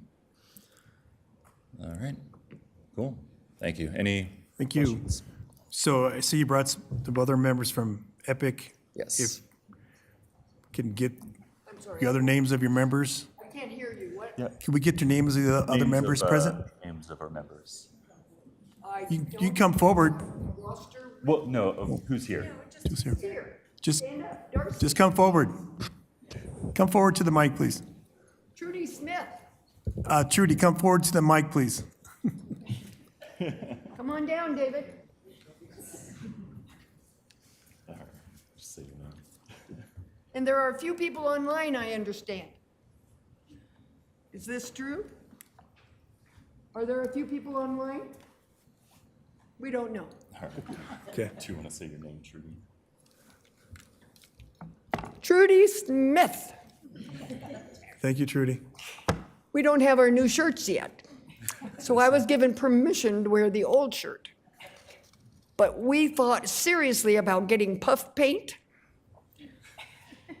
scratching out committee, and penciling in commission. Pretty easy to change an E to an I, right? Yes. Sorry, I know you didn't want that. No, that's perfectly fine. Thank you. Step right up, Darcy. Good afternoon, Council. Pleasure to be here. Darcy Martinez. I'm a nurse practitioner here in Commerce City, and I have been part of EPIC for 2 years, and I just love the opportunity to do things that are within our sphere of influence. This team does that stuff every day, and we're the voice to give us hope and make us feel like we're doing something in this world of climate change. Thank you. Thank you. Hi, I'm Dr. David Williams. I'm not a medical doctor. I have a PhD in engineering, so if you're coughing, I'm not going to help out any. So just to let you know that I've been on this commission, for about 2 years, and it's been kind of an eye-opener. I've lived in Commerce City about 10 years, so I kind of got a feel of the community, that is. One of the things I'd like to point out that we hadn't discussed on the agenda is that I attended the open house from the Adams County Water Plan for the 2040, and I provided some input there for them, and they were looking at me wondering why I could talk the talk, because I'm an engineer. So they will be providing a draft report and send it to me directly, as well as also the city on the plan. So it's a plan of water budget all the way up to 2040. And I had a few concerns about them, which I expressed myself on paper to them, and hopefully they'll address that. But just be ready to look at that, because it's a very important part, because if we don't have enough water, all hell breaks loose. So, business goes bad, housing, things of that sort. So it's very important that we make sure that they get it right. That is the plan for the water up to 2040. Thank you. Thank you. Well, I appreciate everybody coming down and sharing their perspectives on how they participate with the commission. So, thank you very much. Any council members have any questions for our EPIC commissioners? Councilmember Chacon, sorry. No worries. One, thank you. I'm glad to actually be a part of EPIC and really honored to be with so many passionate people that care in the same way when it comes to our biosphere. One quick question, it might be for city or city staff. Right where we live outside of Councilmember Ford and I have River Run, is that city property between River Run Park and 112th in that space, that would be a beautiful pollinator garden or community garden. It already has a lot of water accessibility there too with an irrigation ditch. And I'd be curious if we could start looking at spaces to help support Epic in that space where we do see, where if it is a little bit of community property, just having, it starts small, just a small section of planting those type of plants to start attracting. City Manager Rogers? I'm pulling up a map, Mayor, so maybe circle back so I can answer that question for you. Oh, sure. Thank you. Thank you. Councilmember Douglas?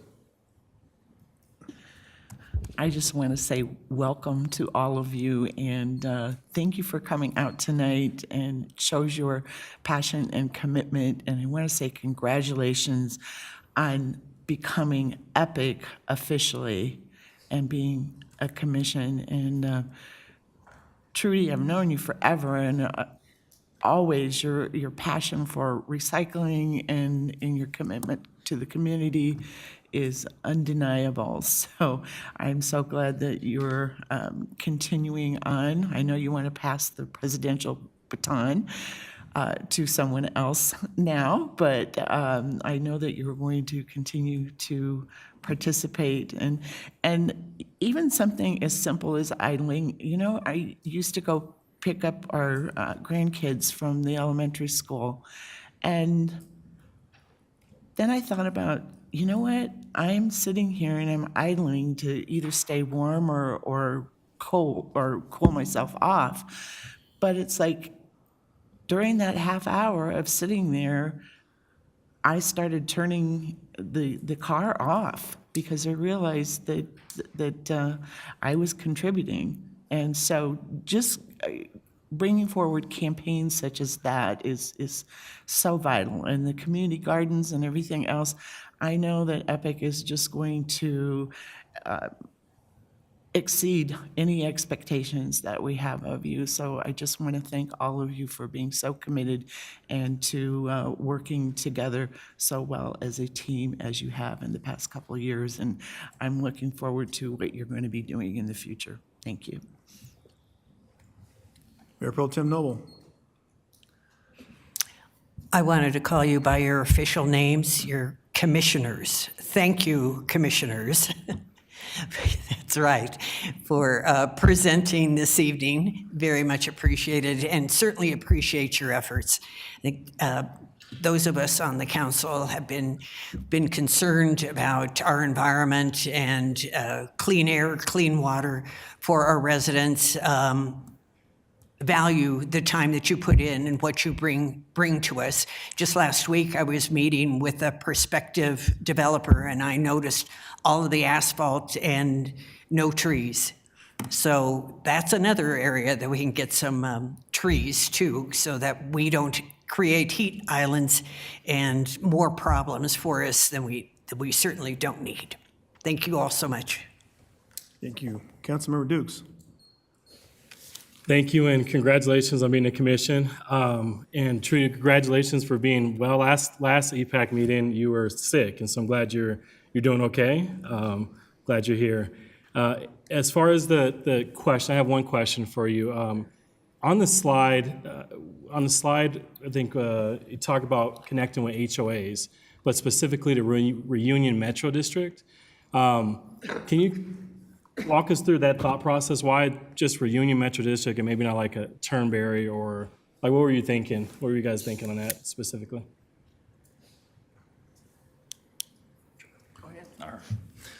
Yeah, so I think the main reason why we stuck with Reunion Metro is more because we wanted, they're large, and if we're able to have that connection with them, especially for the street yards, to make it accessible for everyone in that neighborhood, to say, hey, I guess because of the state law and the city law, the HOAs seem, or the metro districts have more, I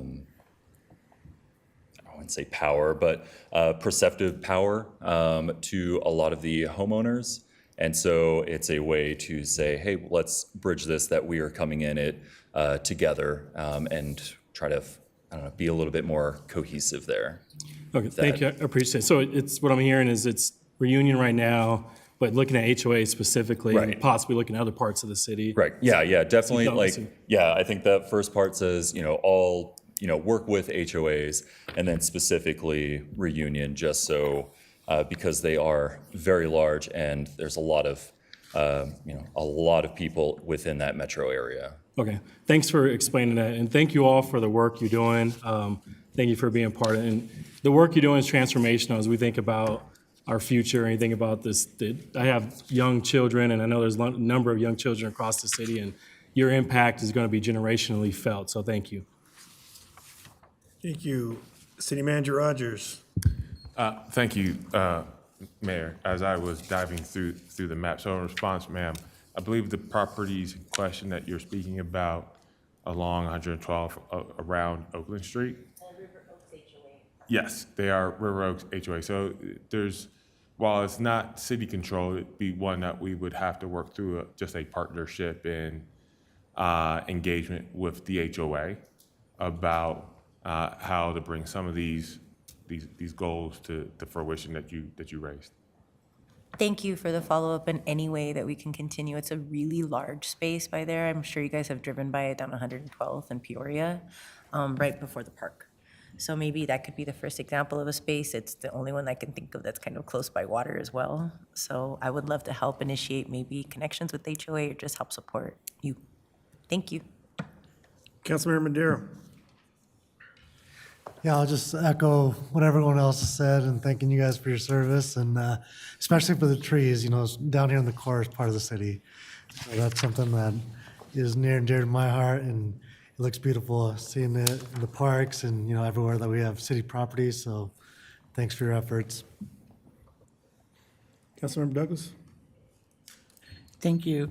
So when Councilmember Dukes brought up the fact that you had mentioned Reunion Metro District and the HOAs, those are all in the north, but I can tell you that there are a lot of people in the south who are really interested in finding out about xeriscaping for their yards because their water bills are really high, and they would really like assistance with that. So maybe rather than starting out with the metro districts in the north and the HOAs, concentrate on the individual people who have been longtime residents and might also be seniors who will need assistance.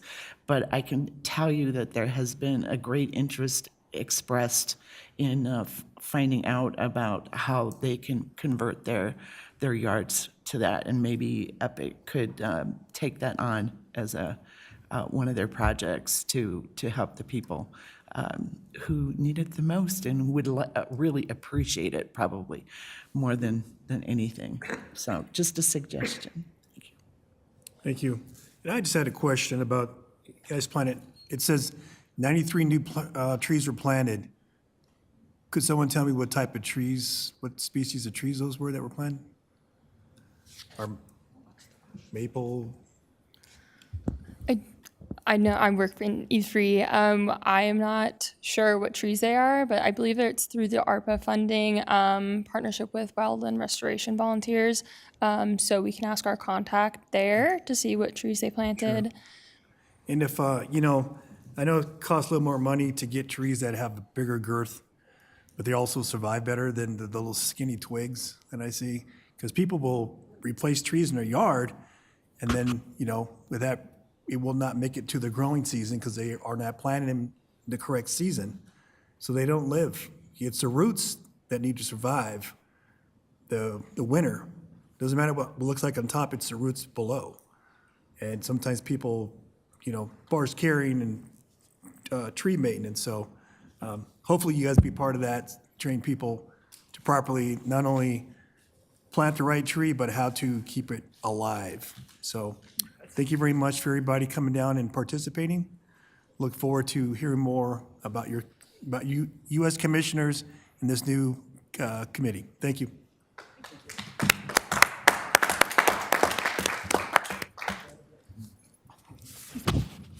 All right. Oil and gas monthly update. I will invite Melanie Mascarnez. I probably butchered that again. Forward to make the presentation.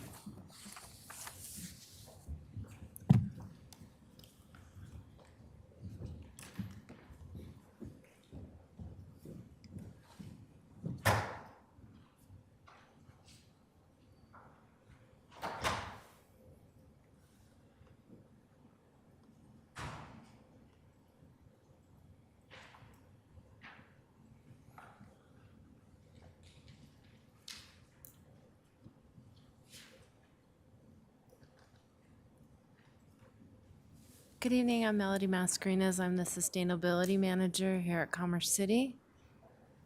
Can you hear me now? Okay. I had my finger on it. Yes, I need to talk louder. Sorry, I don't talk that loud.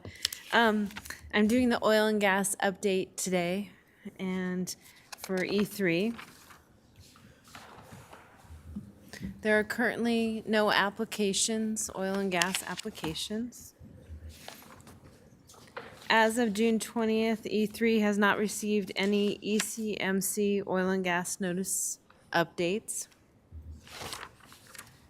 Plugging and abandonment in C3 in Commerce City.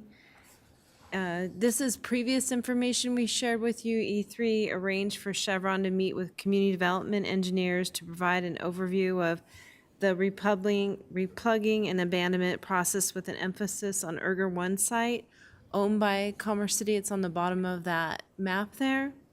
And our next steps are for Chevron to provide an overview of the entire process and an estimated timeline to Commerce City.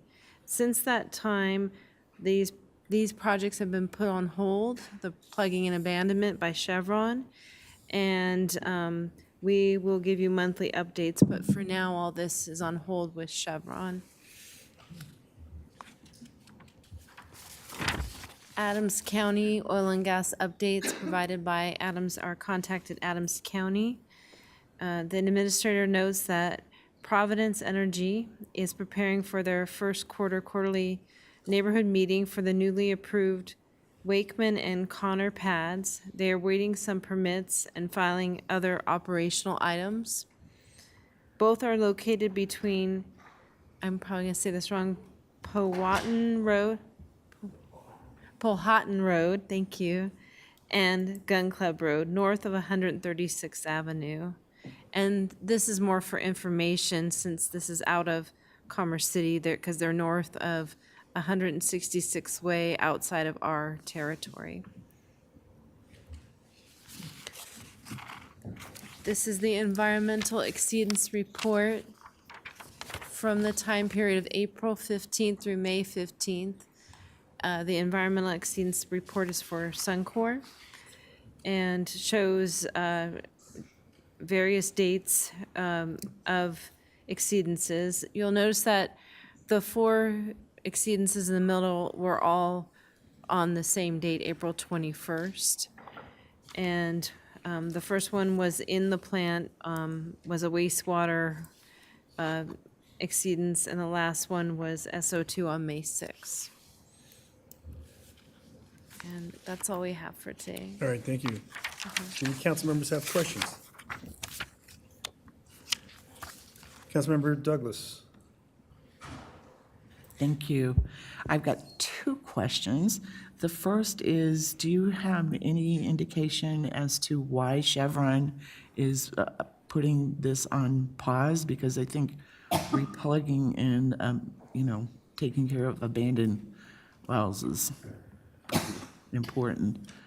No, we do not have anything further right now, but like I mentioned, we'll update you monthly. So if we get any further information, we've been in contact with Adams County also. We'll give you that information. We plan to update you monthly until we hear anything. Very good. And I have constituents who live out in the area where the Providence wells are being, the Wakeman and Connor pads.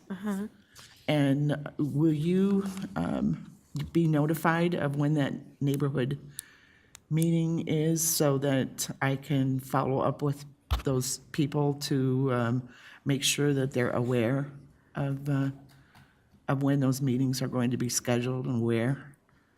Yes, we'll talk to our Adams County rep, and we'll make sure that you are notified when that occurs, the neighborhood meeting happens. Thank you. And if there's any way that you could have someone reach out to me via text, I would really appreciate it. So I don't want to miss something like that. Okay. And if it gets mixed in with my other emails that I might miss, because it really is important for me to be aware of those, since people have contacted me directly about living very close to those proposed sites, and they're very concerned. In fact, one of them moved from the Adams Heights neighborhood to get away from Suncor, and now are facing all the fracking that's going on in that area, and it's very, very close to their home right now. So All right. there is great concern, and they want to be well informed. So I would really appreciate it. Thank you. Yes, we will. Mayor Pro Tem Noble. Thanks so much. I do think it's worthwhile to bring out the most recent incidents, because if you're on the notification list for Suncor, you did receive notifications about them. One of them was a cyanide spill that was, I think, a week ago Friday. That was a notification that was into Sand Creek. They found a sheen. There was also, due to the increased flaring as they were making changes in the past week or so, there was an operational upset that was a malfunction during startup of Plant 2 saturated gas plant that led to an exceedance of the H2S limit due to an isolation failure. One of my constituents in Ward 4 is a fellow at the NREL, National Renewable Energy Lab, and she made recommendations on what we should be talking to Suncor about, that it appeared to be something that needed to be fixed at their facility in terms of why that would be happening. So I appreciate the fact that we have knowledgeable people out there in our community listening, just as we do who are commissioners on EPIC. So anyway, I did want to bring that up. And the only reason I am, even though it's not official on the report with CDPHE, they are investigating, and those kinds of things could lead to fines. But more importantly, we have residents who may have been affected by it, and they should, if they've felt anything health-wise during that time, they should double check with their doctors. Thank you. Thank you. Any other council members? Nope. Okay. All right, thank you. Thank you. Appreciate that. Okay, up next, the consent agenda. Consent agenda includes items that are routine, procedural, informational, self-explanatory, non-controversial. These items are presented to council for a single motion and vote. Any council members may ask to remove a specific item off the consent agenda or further discussion and a separate vote. Tonight, there are 12 items on the consent agenda. Do any council members wish to remove any items? Councilmember Kim. Yes, I'd like to remove Proclamation 25-023, the proclamation declaring July 2025 as Parks and Recreation Month in Commerce City, Colorado. Okay. All right, Councilmember Dukes. Second. Okay. Oh, you have a second. You just, yeah. We'll vote after. We'll vote after. All right, any other council members wish to remove any items? Okay, let me see where that item is. Proclamation 2503. All right. Sorry about that. What happened to my?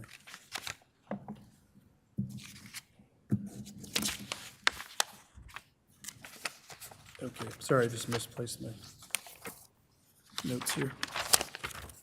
Okay, I need a motion and a second to approve the consent agenda as amended. Will the city clerk read the title and take a roll call vote? Oh, Councilmember Teeter.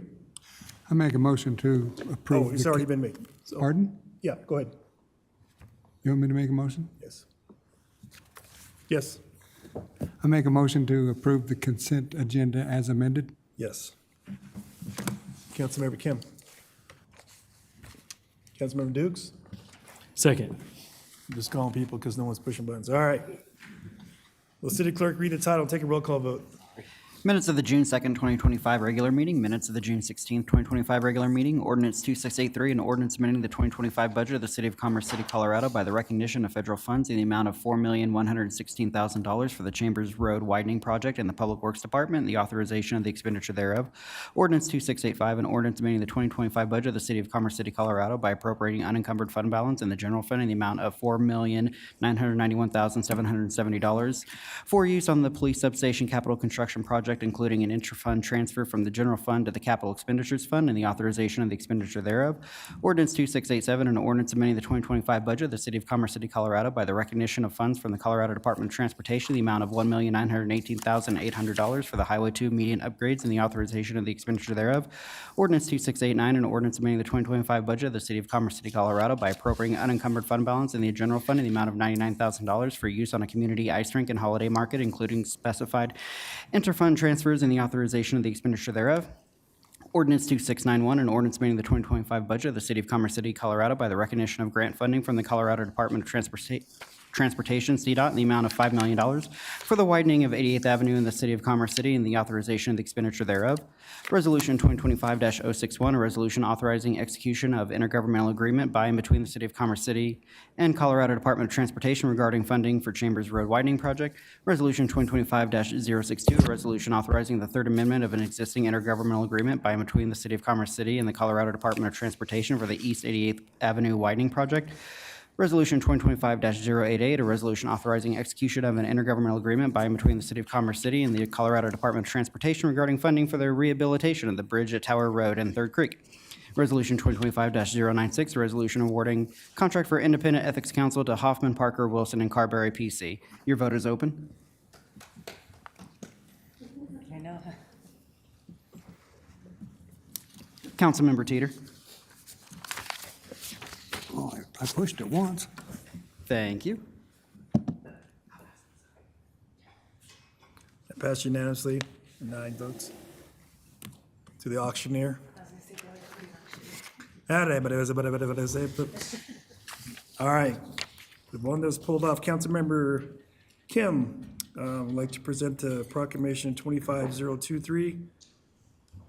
Yes, Council. thank you. I would also request that Ms. Adami also reads the same way as Mr. Gibson does for future council meetings. So I pulled that one off because obviously July is an important month with regards to the benefits that we have with regards to health, wellness, and quality of life. A lot of us, obviously, in the majority of our neighborhoods do have that ability to go to a park, go to a rec center, while others are still within our community are lacking that, i.e. Rose Hill. And I know there are things that will occur in the future as far as potentially building out a little bit more parks, but I wanted just basically just to bring this out to essentially, appreciate, the positive impacts that this has altogether. And I would actually like to request that this proclamation be read.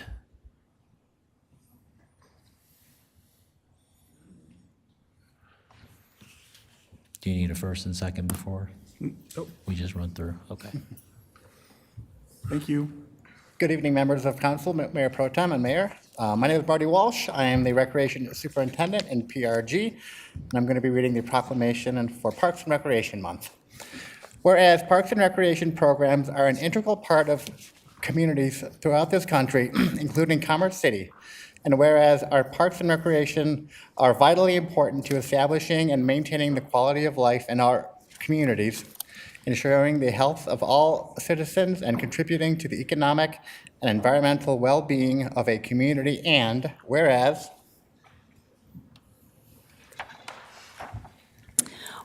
Parks and Recreation programs build healthy, active communities that aid in the prevention of chronic disease, provide therapeutic recreation services for individuals with disabilities, and also improve the mental and emotional health of all citizens, and And whereas parks and recreation areas are fundamental to the environmental well-being of our community, and whereas our parks and natural recreation areas ensure the ecological beauty of our community and provide a place for children and adults to connect with nature and recreate outdoors, and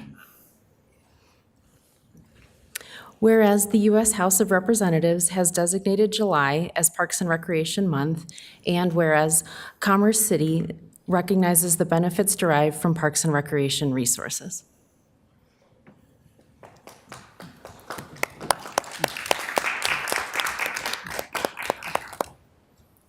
All right, thank you very much, you guys, for reading that. So the motion and the second to approve the amended item, Proclamation 25-023, was seconded. Councilmember Teeter? I second it. Okay. Mayor, who was the motion maker? I'm sorry, I didn't catch that. Motion maker was Councilmember Kim. Thank you. Are you ready for the vote, sir? Yes. Your vote is open.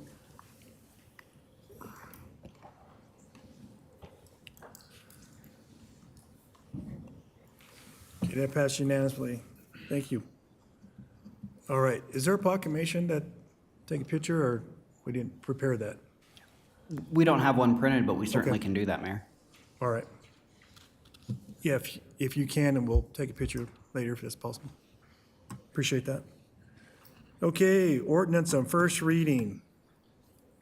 Ordinance 2686, Civic Center remodeling, appropriation, 40 minutes. Hope it don't take that long. I will invite Jason Rogers, City Manager, to introduce this item. Thank you, Mayor. The ordinance before you tonight is an appropriation for the continued support of the Civic Center remodel and relocation of our staff. The slide that you have before you outlines high-level objectives we believe that this project will accomplish given the city has continued to grow, and as such, in response, so has our full-time employees. However, the spatial needs have not grown at that same rate. I think before kind of really diving in, I think most importantly about the purpose behind this is with the Civic Center remodel, it allows the administration and PD to take steps to continue delivering the highest level of public safety possible. The expansion, which is in a bigger sense, phase one, is a critical piece of the public safety ecosystem, which already includes our SBRC in Derby, where we have our crime prevention unit, the temporary station at 104th and Highway 2, and the existing location at 104th and Walden Street. As you're aware, staff has been exploring different options for accommodating the growing city employee population. The initial phase culminated with shifting community well-being and community development staff respectively to the Adams Tower building, which council acted at the latter half of last year in September. Effectively, the CD shift allows various departments, but primarily PD, once again, to address some of their expansion and growth within that. I think just to kind of give you a bigger picture of where we as a city have grown from our responsibilities. Back in 2020, purely within this facility, we had 200 employees. We have grown to 270, and we continue to see that number grow as our PD continue to fill positions with different respects of functions that provide day-to-day service and support and protection to our community. When you think about the growth and the build-out of the existing temporary facilities, the crime prevention unit that we have at the SBRC, the potential expansion within the space, even after this, we're still going to be limited to one office or workstation. And this is just trying to work within our existing means of the spaces that we control and the limited space that is out there. But we're doing this, once again, to effectively be able to try to provide that public safety for the broader community. So what you, like I said, have on the screen before you, it kind of outlines how and where these shifts are going to accommodate. Here you kind of see the existing floor plan for level 2. Level 2 is the floor in which we sit. That happens to be the current makeup of the community, what used to be the community development space, which is now vacated. Ultimately, that space would be broken into 3 workspaces, one for human resources to address some of their accessibility needs, or being able to provide greater services to those who are looking for work, applications, and/or training and support for staff. We also have in yellow space that would be demised for the city attorney's office. The city attorney's office space has actually outgrown its existing location behind these very chambers and needs space for the staff that's been approved and allocated for it. And as such, this gives them the ability to meet their operational needs in support of the organization as well as the policy development for the council.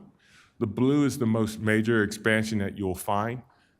This would be to house 28 employees that would range from crime analysts, detectives, investigations, as well as temporary space for our drones as first responders.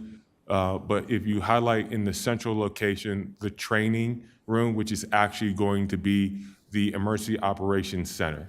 I can't really highlight, but I'll use the pointer. You can't see it on screen. This would be the Emergency Operations Center.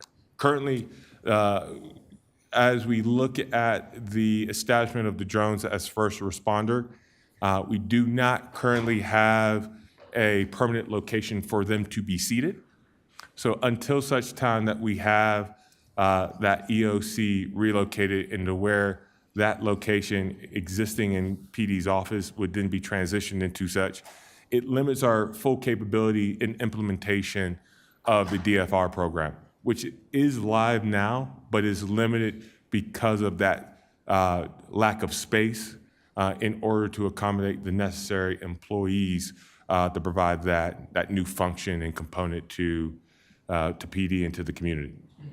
So for full implementation, full activity of the DFR program relies on some stepped improvements to be made to shifting the EOC and creating the office space for that staff to be accommodated. Without that space, the staff can't be accommodated, which then limits our ability to be effective and efficient in the field. We had talked about the city attorney space, which is once again level 2 before. What's highlighted in the purple on the screen, that's the current locations for where we have provided the city attorney's office space. One of those offices that you'll see along the corridors actually was a converted water closet to be able to provide space for paralegal. They have since added more staff since we've converted that office space, hence why we are looking to shift them into a portion of that space in the old community development room. What we intend to do is to still take those vacant offices and allow those to be floating spaces for the need for additional staff as departments add. But what we are also going to be conducting or converting is one of or two of those offices into a city council conference room to be able to hold meetings with staff, as well as a dedicated office/workspace that would be available to the 9 council members. You would be able to have gated access to be able to bring residents and or small groups through your current entry, where we would still have demise walls that give a level of security and safety when interacting with PD functions, which are located in this general area that you see to the south. You all don't necessarily always get a chance to go behind the doors, but if you walk behind in our PD space, we're lacking 28 additional spaces for officers that are coming back from assignments or duties on various task force and or the addition, once again, of different staff.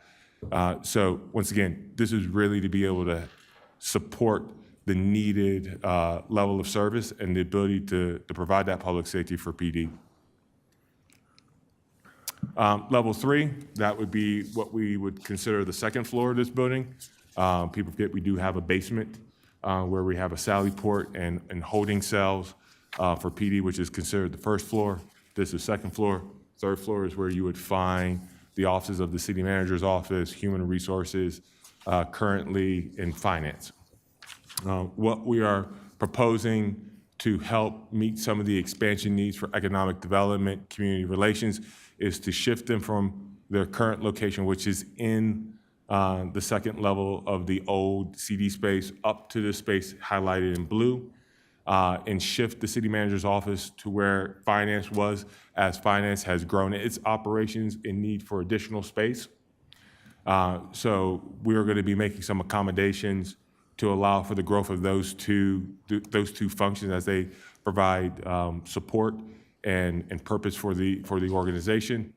What is not highlighted on this screen is conference room 3109. We will also be expanding 3109 and improving the audio visual so that that can then take place as the new study session room for council, given that our current locations for 2308, which is where currently dinner is typically served for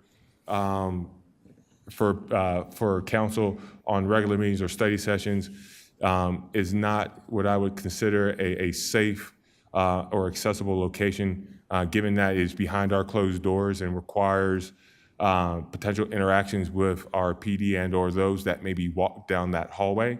So it presents a potential safety risk.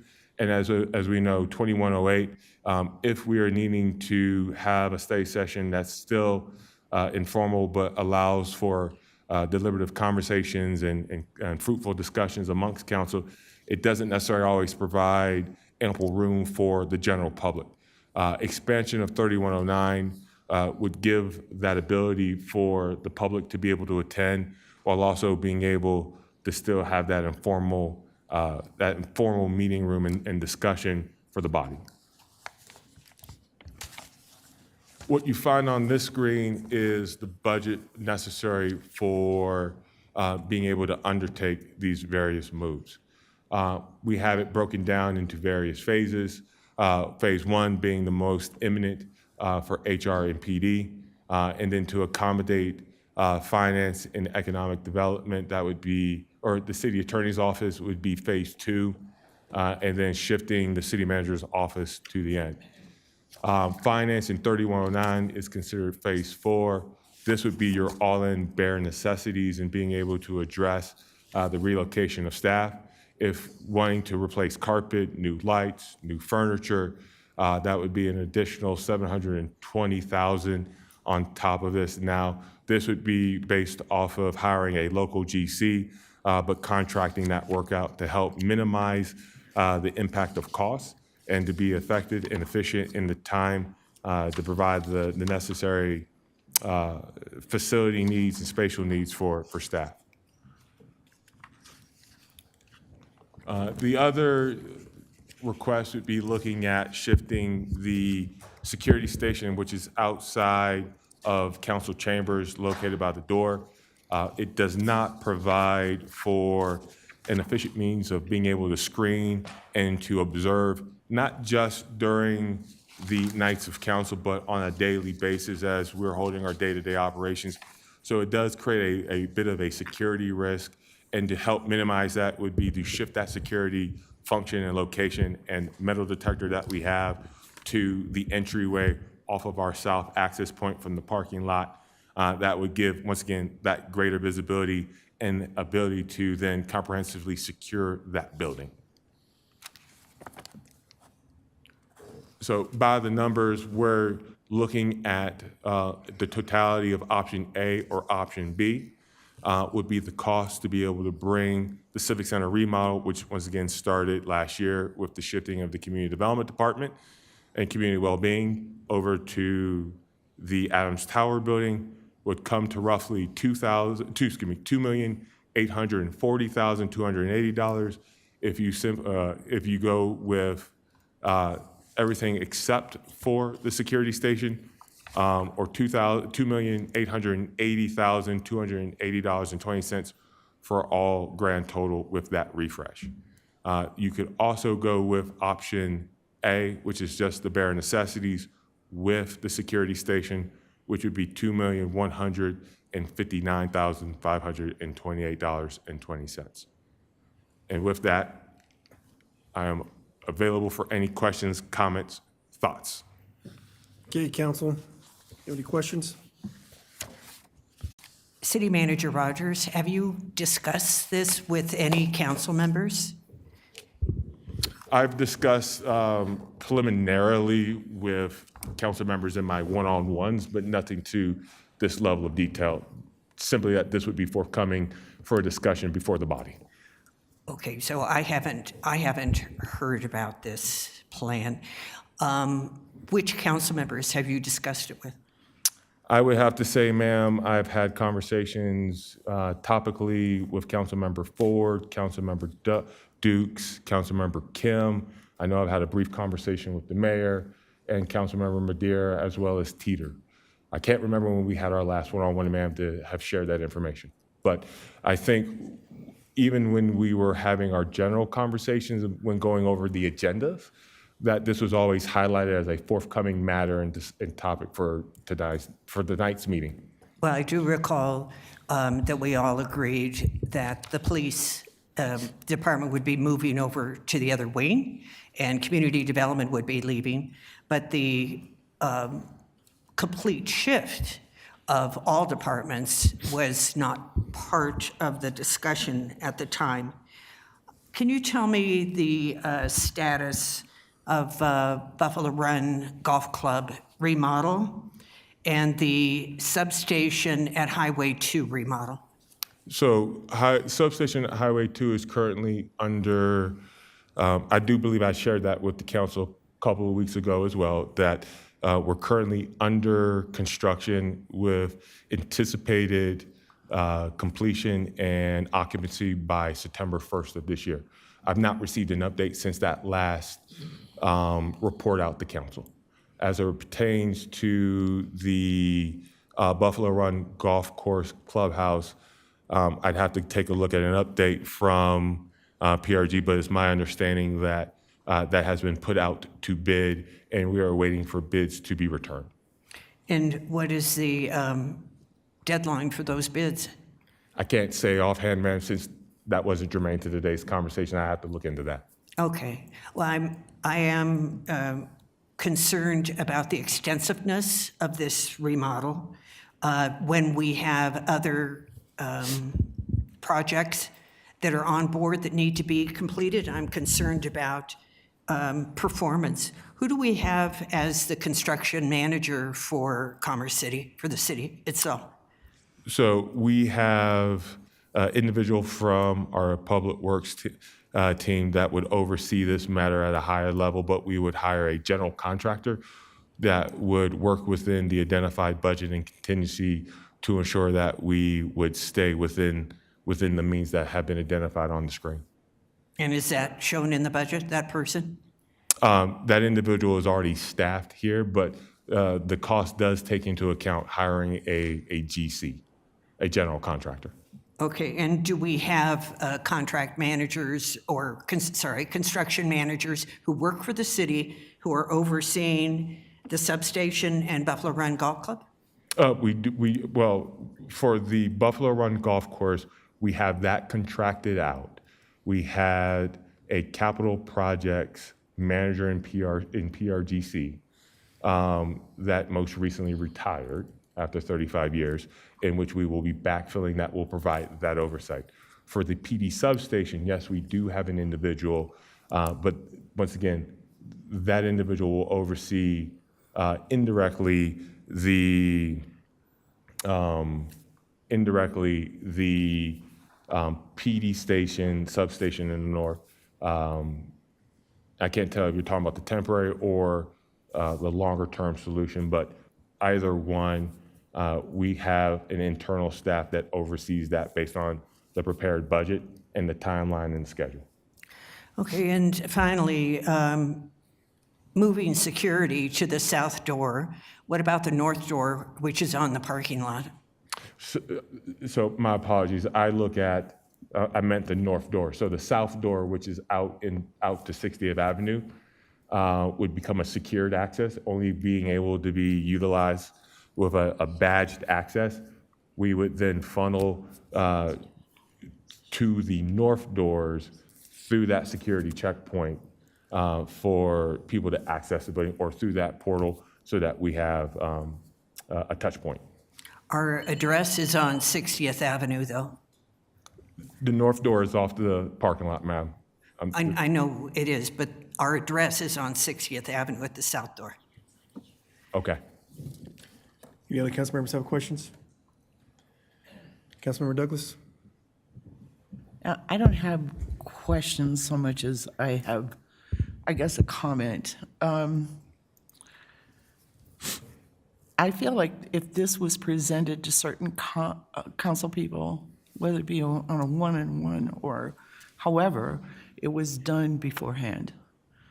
And to me, that's kind of a way of lobbying to get their support. And I, for one, don't appreciate that.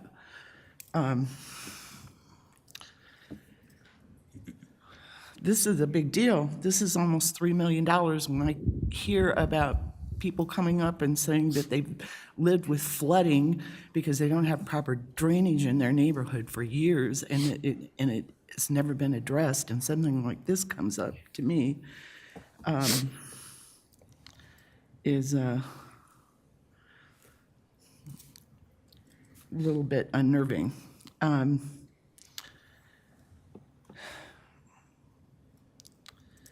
I thought it was interesting that one of the objectives was to increase space for informal meetings with residents and council members and give council members private office space. That has never been an issue in my tenure here in this seat. I have had meetings with different people, ranging from citizens to who needed help with accessing programs on a computer, and we use the computer there, to meeting actually with people from the Cronky organization. So I've never felt that that was anything that I didn't have before. So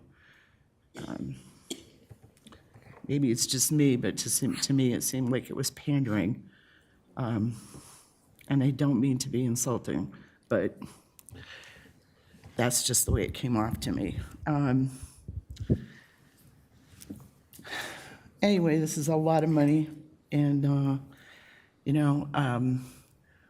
we first looked at moving the community development department over to another site, and that took quite a while, and that's an added expense to rent that space out. And this just Point of order. seems to keep growing. Questions still? Councilmember Madera, she is speaking. Point of order. No. Go ahead and state what you're bringing forward. Excuse me. Point of order was Councilman Madera. Councilman Madera, could you state what you were, why you? Yeah, are we still in the question portion of the hearing? So this is not a hearing. Not a hearing. Each council member under Bob's rules has 5 minutes to. Yeah, and I still have 1 minute, Deliberate. 42 seconds left. So to clarify, this is not a hearing.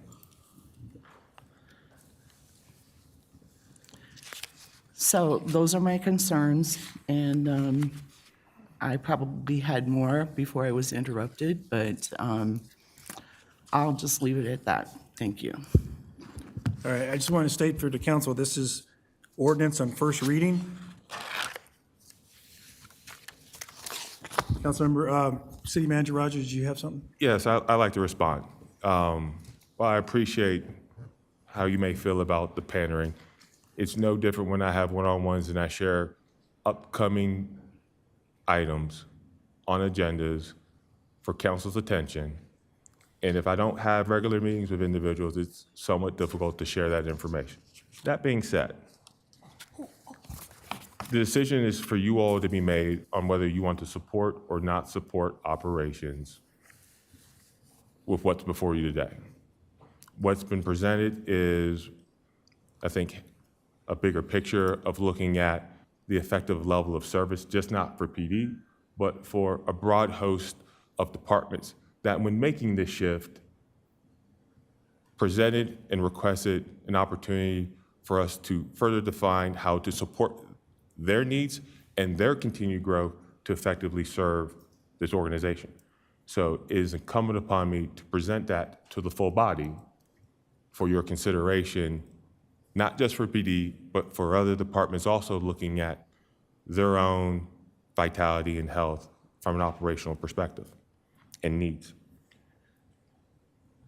So while I may appreciate the lack of information or sharing of information, I will be clear to state again, this is not the first time that the body has heard that this would be forthcoming before you all, nor was this the first time that you have heard this since the community development discussion, and that even at that time I shared that primarily it would be PD, but there would be other opportunities for other departments when we look at the continued growth and expansion of the Civic Center, which even at that time led us to look at even doing a building expansion and wing that was presented during the September 9th workshop for the budget for 2025. That did not get moved forward, and that was presented to you all. So I push back respectfully in that there has been lack of awareness of this coming before the body. Councilmember Dukes. Thank you, Mayor. Jason, or City Manager Rogers, I appreciate you. I appreciate the presentation and the details that you provided here. And before I jump into presentation, I do have to name and notice that as a council, as a body, we hold each other accountable. And I think it's unfortunate to have someone say that you're lobbying because we have one-on-ones. That is not appropriate. That's not fair. And that's putting you in a light as if you're doing something beyond your job. We choose to have one-on-ones with you. I do it weekly. We do it, everyone checks in just to see how our city is doing, and that's a part of the information. So I appreciate it as a value-based approach that you provide over communication so we're all aware and we all have the opportunity to ask you questions prior to meetings. With that said, I appreciate the presentation. I know this is a difficult decision to think through the costs on how do we do business as a city. When I think about values, when I think about value-based decision-making, I value public safety. I value city council being a beacon of our city. And I think what you're putting together here, the cost of business as we grow for a city, I think this makes sense. On first reading, there's discussions and maybe follow up because we're going to go through second reading or whatnot. But one thing I want to just recognize as well is that, you know, when City Attorney Zarzetsky, right? When you got, did I pronounce it right? Zarzecki. When City Attorney Zarzecki was hired originally, I had a one-on-one with the city attorney and said, what do we need to do to make sure that we are the best and we have the best city attorney's office in the metro area? And throughout the year and a half he's been here, I've seen countless efforts to hire, retain, attract some of the best of city attorneys. And so when I think about the expansion of office space, and I think about our issues for the next 5, 10, 15 years, we're going to need resources for our city to meet the needs and demand. And I bring up the city attorney as an example because you have met that charge. You are beginning to expand that charge. You are looking for opportunities for we to hire and retain the best city attorneys across the state and across the Denver metro area. When I think about police, public safety, we hear countless hours about public safety every week during our one-on-ones, which I do value the idea of having a community space for council meetings. Because when I first got on council, I approached Annette and talked about, hey, can I have office hours for residents could drop in, very similar to what Westminster City Council members do. We didn't have the office space because it's upstairs, across the, it's out the way, it's not appropriate for some residents to be able to come. So I appreciate having that opportunity because that's something I've thought about in the years prior, my year and a half being on council. So I appreciate the opportunity, because the city hall should be a beacon for the city residents. It should be open for city residents. We should welcome folks to be here as well. As far as the police, the safety concern is obvious. When we think about drones and the idea of ATVs, when we think about the needs for car break-ins that happen across the city, this level of technology is going to be helpful. And for us to maximize this investment, I think it makes sense for me to have this as a place to be able to maximize the investment that we already had, so we can use this material appropriately. The last piece I want to mention is just the idea of security. We all know in a time like this, whether it's the city of Aurora, city of Denver, whether it's the Minneapolis area, whether it's state legislature, security matters. And so when we look at our outdated security setup, I think it's critical for us to be thoughtful around what that looks like. Because the reality is we don't know how people really feel about some of the decisions that are made. And we want to be as careful and thoughtful as we can to make sure we have security assets, not just for us, but for our employees and everyone as a part of the city, because it matters. If you say it doesn't matter, it matters. So with that, I like the idea of option A.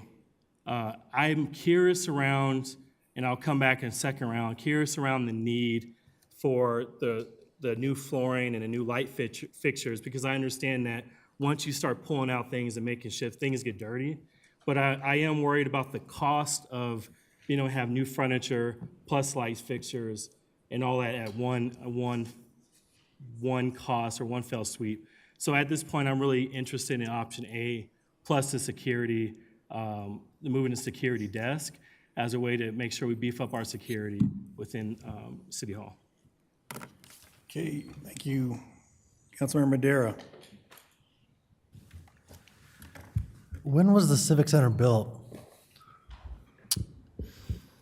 The Civic Center was built in 2007. How much has the city grown in the last 15 years? From 2000, we grown 298%. In 2010, we were a population base of 35,000. 35,000, 40,000 at that time. We're currently now sitting at 72, 73,000. So we've doubled in size since then. How much has city staff grown in that time frame? And I know you might not have all that, but has city staff grown? I guess is a better question to accommodate the growth in the city. Yes, we went only back as far as 2020, and we were at 200 employees that were within this building, and we were already maximizing the existing space with those 200 employees. From 2020 to 2025, we grew by 70 employees in the same space. This growth in the need for more space was why the city staff asked us for a judicial / PD Northern substation originally, correct? Correct. The growth in the Northern Range and that conversation about a substation dating back to 2020, 2021 under previous council led to due diligence and trying to find a location for our substation. So the need for expansion has been talked about for years now. In one form or another, yes. And when did we first start talking about moving CD over to the South Platte Crossing building?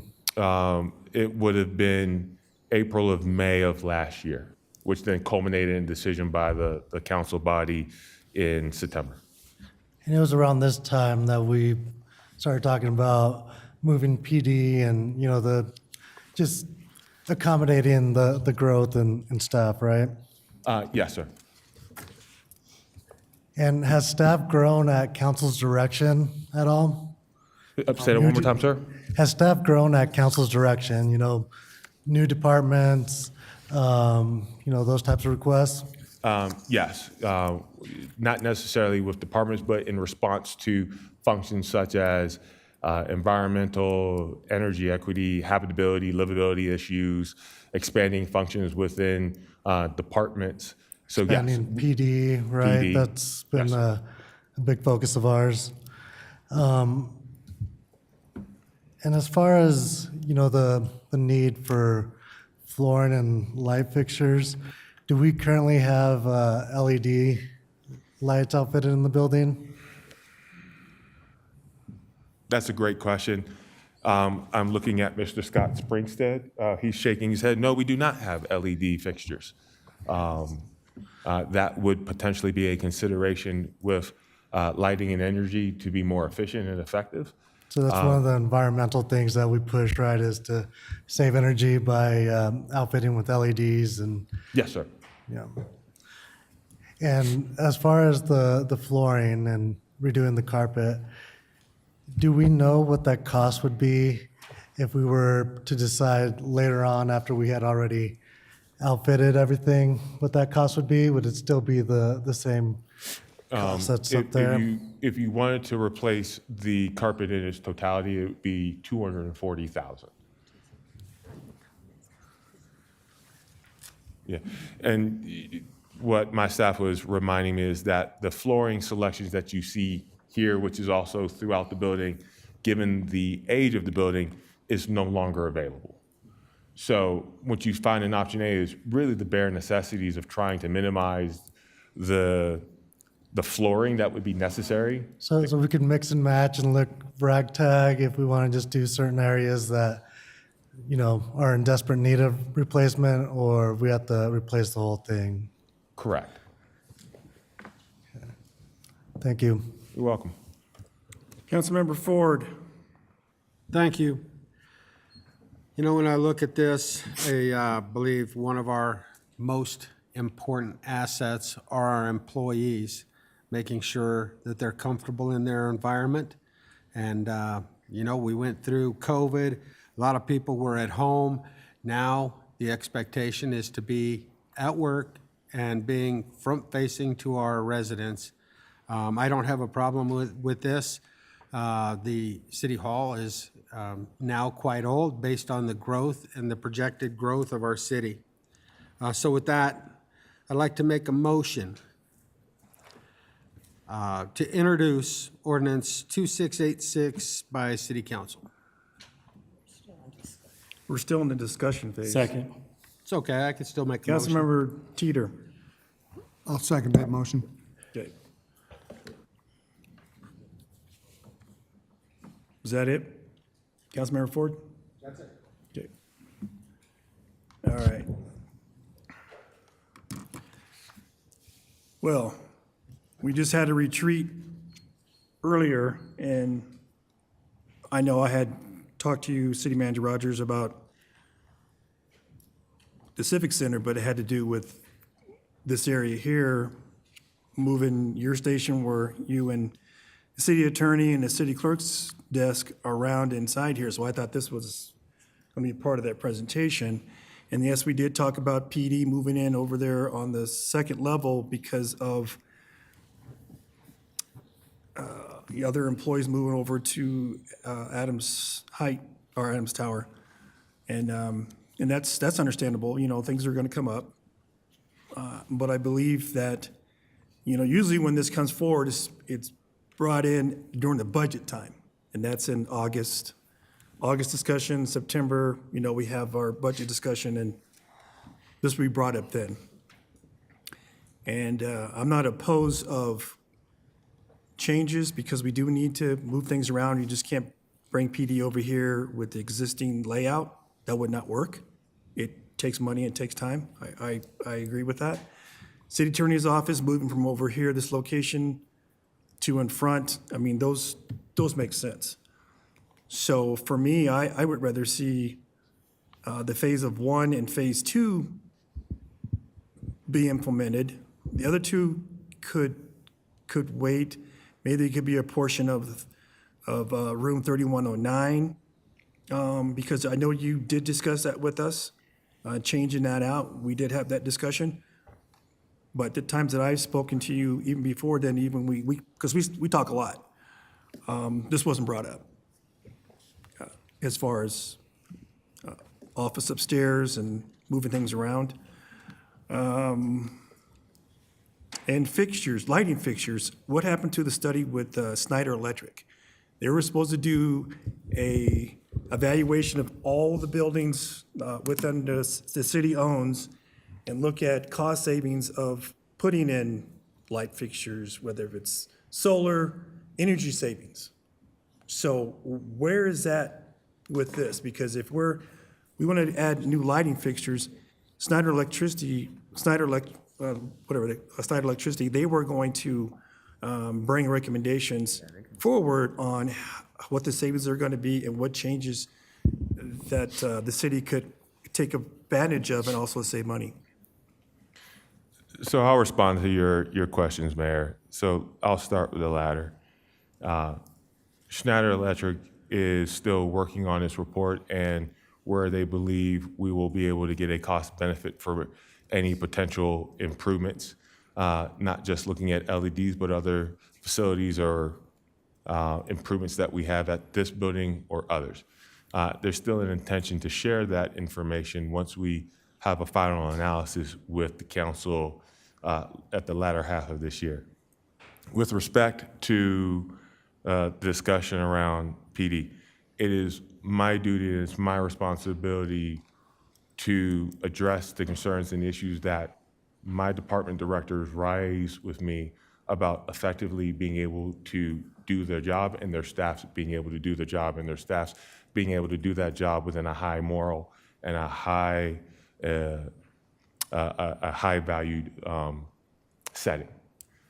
So while we all understood and we're going to be entertaining PD, it does not prevent my staff from approaching me and my duty of addressing that and then putting that in front of you for the overall betterment of this organization as well as community, which is where we're at today. Once again, I will attest that this has been a conversation of potential phase 2 when we were talking about CD. And I'd made it clear with you all at that time that while PD was a potential or a definite of expansion, it was not going to be limited to PD. So I believe that I have met that discussion and that testament from last year to now and bringing it forward for your appropriate decision. At the end of the day, it is this body that gets to say yay or nay to the appropriation. I am presenting the case in support of the organization, in support of the staff, in support of us continuing to strive to meet that level of service that we hear in our community in response to the staff that has grown. And I appreciate that. That usually comes during the, like I said, the budget request for all the departments and coming forward to you. Councilmember Teeter. I have no questions. Okay, City Manager Rogers, do you have anything else? I think just to your last point, what you said, Mayor, we have done appropriation ordinances that have been off schedule that we have brought forward to you. And given the immediacy and the need of the space to address existing staff in PD and other departments with the lack of their ability to actually operate and to function, and with the influx of some of that, per se, PD staff coming back, waiting to August does not sound like a tenable situation for a handful of our departments. Okay. Okay, we go into second round. You get 2 minutes. Mayor Pro Tem Noble. Thank you. You have the 5 votes here. That's clear because one of our council members is here this evening, so that's good. But I would like to say that the implication that maybe I hadn't been meeting with you needed to be addressed. First of all, it reminds me of the coach at CU who says, you know where to find me. So even if there isn't a meeting, there's all those other times when a phone conversation can take place. I have on May 1st from your assistant, I wanted to check and see if you might be available to move your monthly 1-1 appointment with Jason from the 8th to the 15th. June 11th, hello, Jason needs to be in a meeting on Thursday. Would you be amenable to pushing the 1-1? So those conflicts arose because they were canceled by the city manager, not that they were canceled by me. And as I said, can be reached by phone. This is certainly something that should have been on a study session agenda for all of us to discuss together as one body.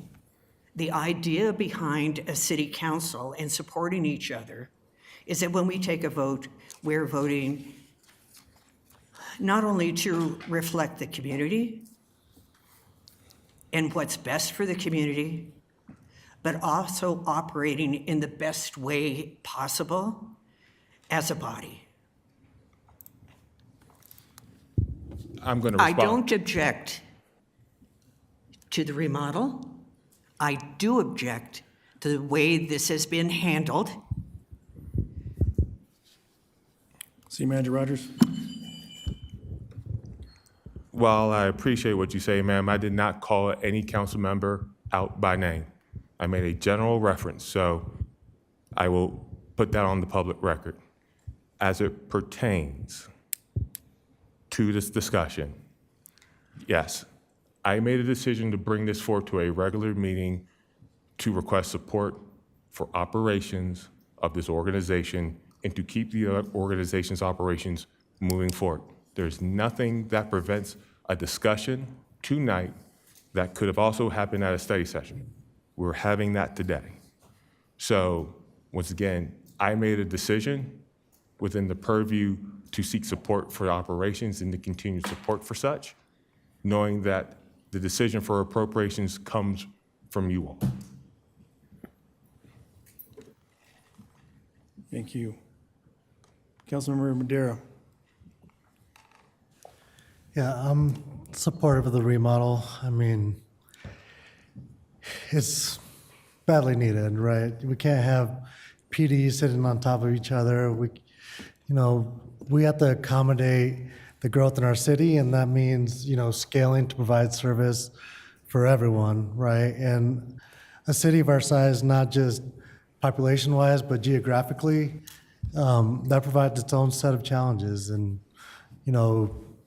we've grown a lot in the last 15 years, and it's just sorely needed. And, the other part is, right, deferred maintenance. We can keep patching things together with, duct tape and glue and, a little piece of gum here and there, but in the long run, it's just gonna hurt the city, right? We did the same thing with the golf course where we could have gotten a lot more for our money, and we put it off and said, well, that price tag's too high. And now we have the same price tag for a lot less.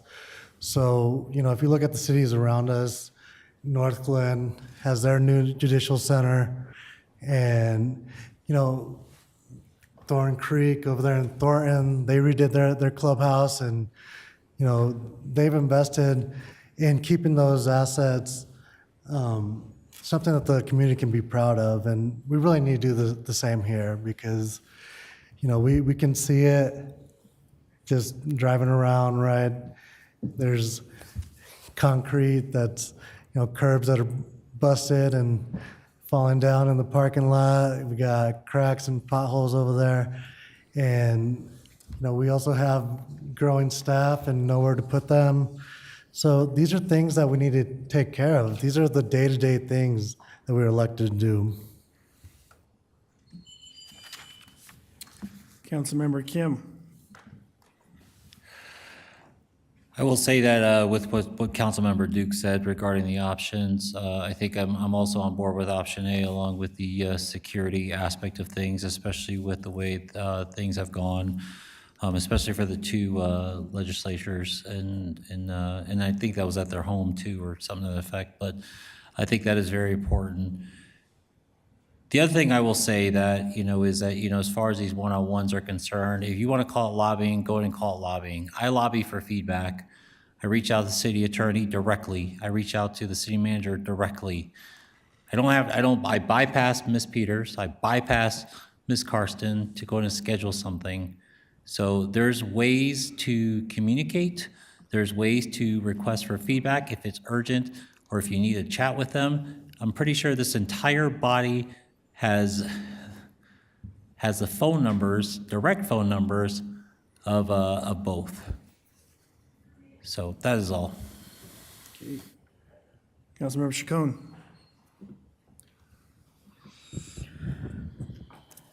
I understand the growth of our city. And I appreciate that when we look at it as a holistic space, we look at it from the Civic Center out, from a central point. However, we do need to also look at the type of relations and projections that we do bring in this space. I often talk to you too. A phone call would be nice, simply because it's good relations. On that being said, though I do support Phase 1 and Phase 2, because we do need our operations to be supported, I find it concerning that not only did we just approve tonight a $4 million package for a substation, but more for PD without any awareness with looking at our population, like the more we grow in population, the more criminals we're gonna have. And that type of projection really concerns me because I did come from communities, from the war on drugs and other spaces that were always seen as criminals before we were really seen as a community. So I ask that we kind of move with more of a relational awareness when we're really working together, not just as a council, but as a community. And I'm fine with option Phase 1 and Phase 2, but that would be half that price. And we seriously need to consider, especially as I always hear from this council and this body, our budget and our ability to help in other spaces, that funding can truly be used because we're not getting state funding, we're not getting federal funding in a number of other spaces. So I feel that this should be cut back a lot more than as much as projected, and that only priorities should really be addressed. And again, looking at when we really reach out to all of the council members, having those good relations so that we can work in unity to still work from a centralized point. Thank you. Councilmember Dukes. Thank you. One of our, and this is a comment for the body. One of the things we agreed on when we had our retreat was that we agreed to reach out, when we get the agenda, which we get it out on Wednesday and sometimes Thursdays, that anything on the agenda, we reach out if we have questions prior to council meeting. And then we agreed as a body that we're gonna hold each other accountable for doing that. So in my recommendation, we continue to hold with those agreements that we made, that if there's things on our agenda, reach out to the city manager, reach out to the city attorney, reach out to them to see if there's additional questions you have prior to coming to council meetings, as we agreed. We all agreed, we all signed. And I bring it up because I wanted to make sure that's on the record, and that the reason the frustration that I have is because we have had these discussions. This is not new. This is a conversation about how we hold each other to the higher standard as a body, and leadership matters. And so it's challenging when I hear things that are accusatory for our city manager when we know that we all agreed to a certain set of expectations that we all agreed to. And that's the frustration I have in that space. Again, City Manager Rogers, thanks for putting together this presentation. I look forward to more discussion around this because it is a large sum of money. However, I understand this is a part of our unencumbered, it's a part of our balance that's unencumbered already, right? It's not, or not encumbered, it's unassigned, that's what I'm looking for. That is correct. Unassigned balance that isn't taken away from one project and added to a different project. We have different funding streams as a city. This is a part of a funding stream that was identified by you and your team to say we can use these dollars to help move towards a project. What this doesn't do is say we're taking these dollars away from a different project to accommodate this. Again, on first reading, I'm okay with the motion at Councilmember Ford, and we look forward to another conversation on second reading. Okay, go ahead and call for the question, please. Or call for the vote, sorry.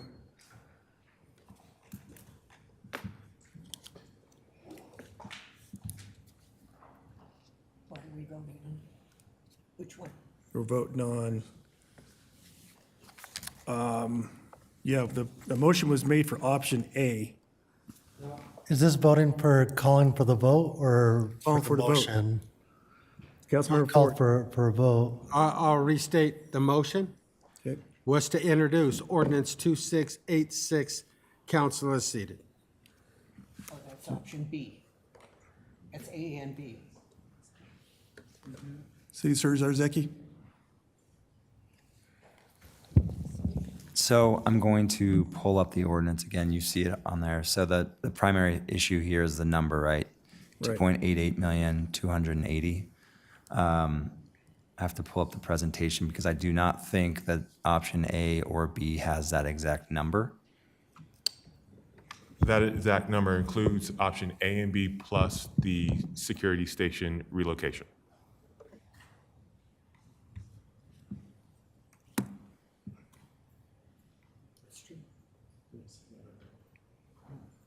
Yeah, that includes option B, the replace of the carpet and the lighting.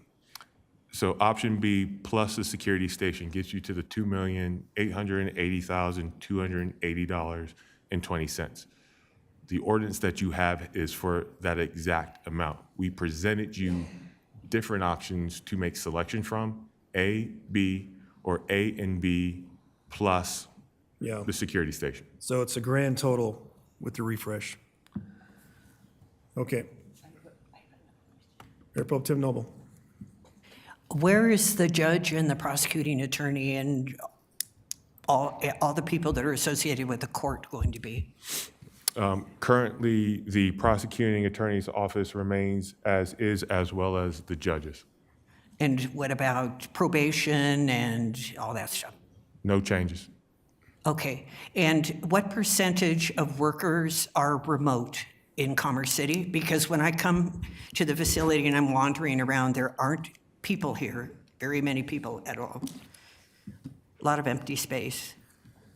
A lot of that space, and I don't have that exact number for you right now, ma'am. Once again, the discussion around working in office, hybrid, and/or remote is one based on the day's landscape with the body of employees that we have, while also managing the existing space that we currently or do not have to efficiently provide for them to do their work. Will this provide a desk for every worker currently employed then? Based on discussions that we've had with departments, this is how they believe that they were able to meet their existing staffing needs and potential any growth of new employees that were approved as part of the 25 budget and any potential going forward as Okay. part of their long-range plan. And so some of them would remain hybrid. I think they looked at their entire staffing so that when they are not hybrid, once again, that is a life choice that we have provided towards our employees for their morale and their continued retention here at the city, as well as giving them space to be able to come in and to do the job when it is required of them to be in office. Okay. Thank you. Are we ready, Yes, Mayor? may proceed, yes. Thank you. Ordinance 2686, an ordinance amending the 2025 budget of the City of Commerce City, Colorado by appropriating unencumbered fund balance of the general fund in the amount of $2,880,280.20 for the use of on the Civic Center remodel project, including specified interfund transfers and the authorization of the expenditure thereof. Your vote is open.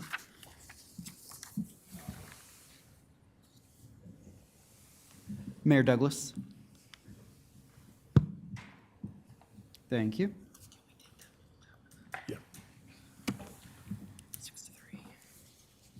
Okay, that passes 6-3.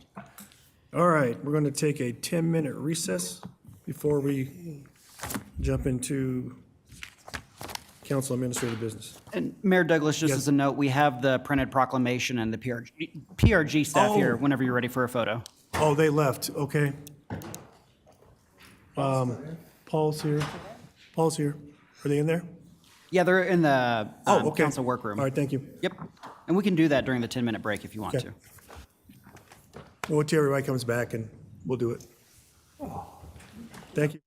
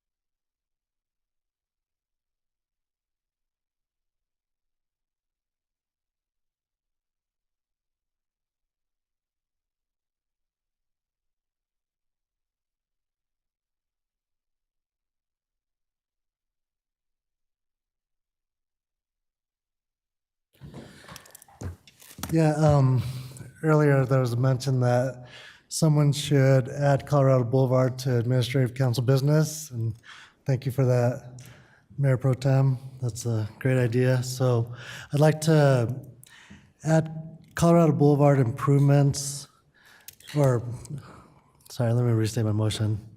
I'd like to direct staff to provide some rough estimates of what the improvements to Colorado Boulevard south of 68 to Brighton Boulevard would be to add drainage, sidewalks, and to remove the unused train tracks that we hear about, so often during citizen communication.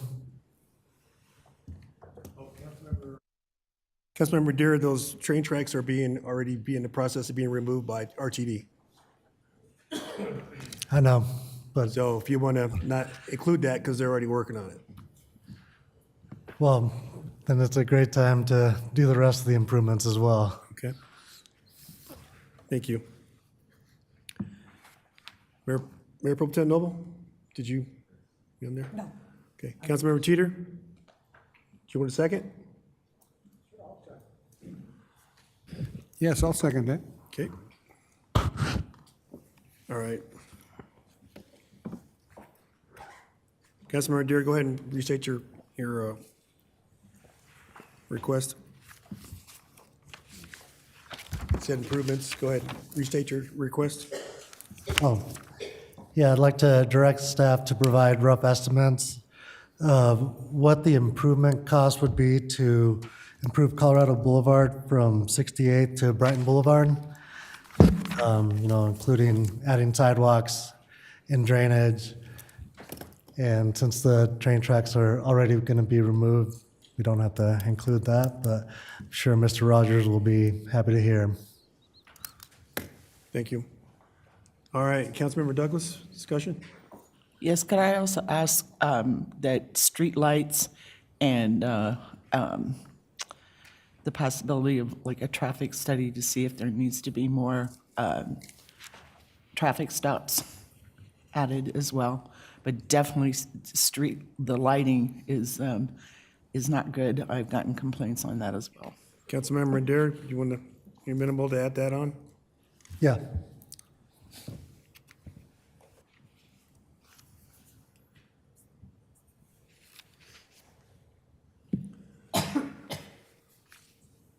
Any other?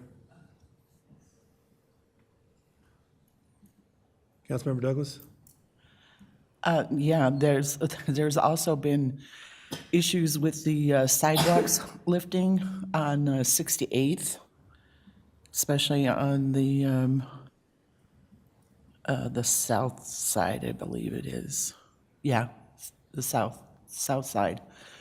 I'm not sure about the north side with the elementary school and the Grange and everything, but I do know that I've had complaints from residents that during the winter, when it melts and then freezes, that the sidewalks are impassable. You can't use them for fear of slipping. And they can't shovel them because of it, because it's pure ice. Councilmember Adair? Yeah, I'm okay with the amendment. I think probably need to separate that from the Colorado estimate, but that is definitely a problem.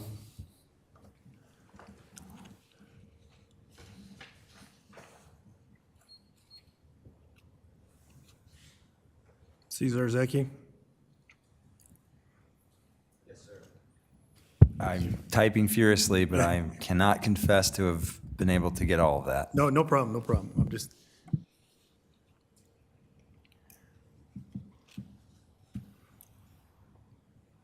I'll wait till he's done. My recommendation would be to have him restated. I'm sorry to have to do it a third Oh, time. no but problem. Councilmember Adair? Yeah, my motion was to direct staff to provide rough estimates for improvements to Colorado Boulevard from 68th Avenue south to Brighton Boulevard. Including streets? including sidewalks, drainage, streetlights, and the sidewalks on 68th on that corner. Is that correct, Ms. Councilmember Douglas? Councilwoman? Yes, and then a traffic study to see if there is a need for additional stops as far as putting in another, I know at 68th, it would just be a three-way stop, but, and there's a possibility that maybe there needs to be a traffic light at 72nd, while you're talking the other direction, but maybe even at 68th, I don't know, with all the truck traffic coming through, but if a traffic study could be done, that would help to make that decision if it's warranted. Councilmember Teeter, you're okay with that? Yes. Thank you.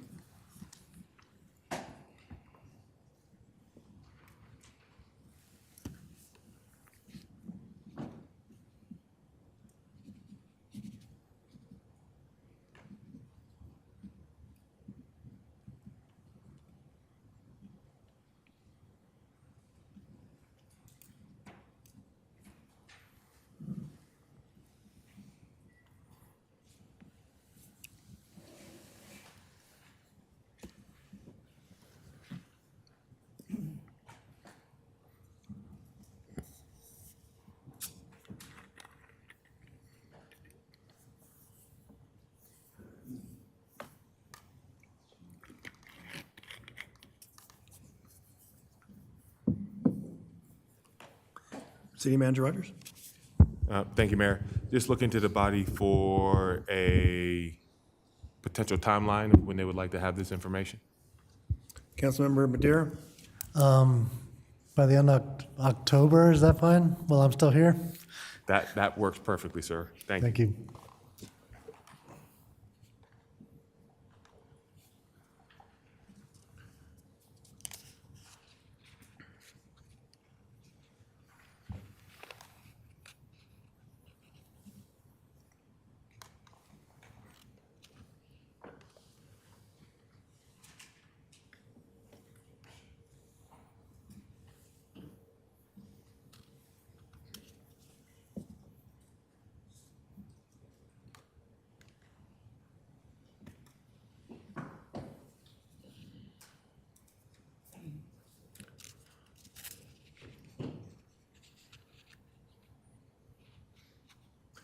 Mayor, if I may just, once again, how would you like this information presented? In a study session, in a memo, in a regular meeting? Once again, just trying to ensure that we're meeting expectations.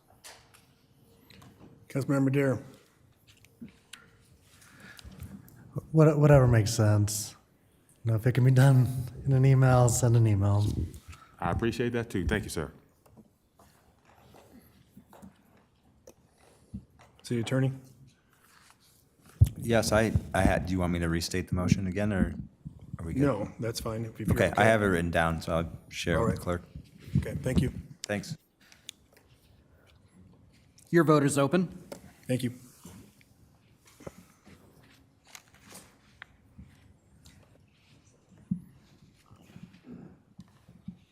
Okay, that passed unanimously, 9-0. Any other council members have unforeseen? I have one more that came up today. All right. In regards to the roofing company on 68th and Brighton Boulevard, they do stage their trucks there in the morning when they're loading on the road, blocking, right of way. And the other day they had a truck blocking the intersection that was parked on 68th where there should be no trucks. So in regards to Ms. Valdez's complaint earlier, I'd like to make a motion to have some morning patrols, either, I don't know if our heavy truck division is fully operational yet, but if we could have, some kind of presence to monitor.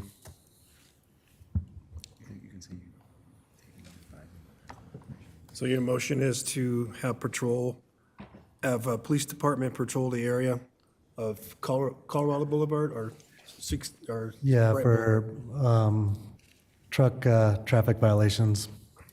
Truck traffic violations. If I may, Mayor, the motion that's been presented, I understand the concerns that have been expressed by the council member. That does fall into an operational perspective. So I think what I'm hearing from you is that you would like for me to take it under advisement of working with the police chief of deploying our commercial motor vehicles unit, which is certified to address those issues in that area, so that it does not create any potential issues within the respective roles, is what I'm hearing from you, sir. That's what I said, isn't it? I think so, sir. Once again, just trying to not get into the. Yeah, yep. Whatever keeps Yeah. us in our lanes. Yep. I will take it under advisement, and I will have some discussions internally with our teams, respectively here in the room, but also if PD on how to think about improving that enforcement. Thank you. Okay, any other council members? Initiated council business? Mayor Pro Tem Noble? Thank you very much, Mayor.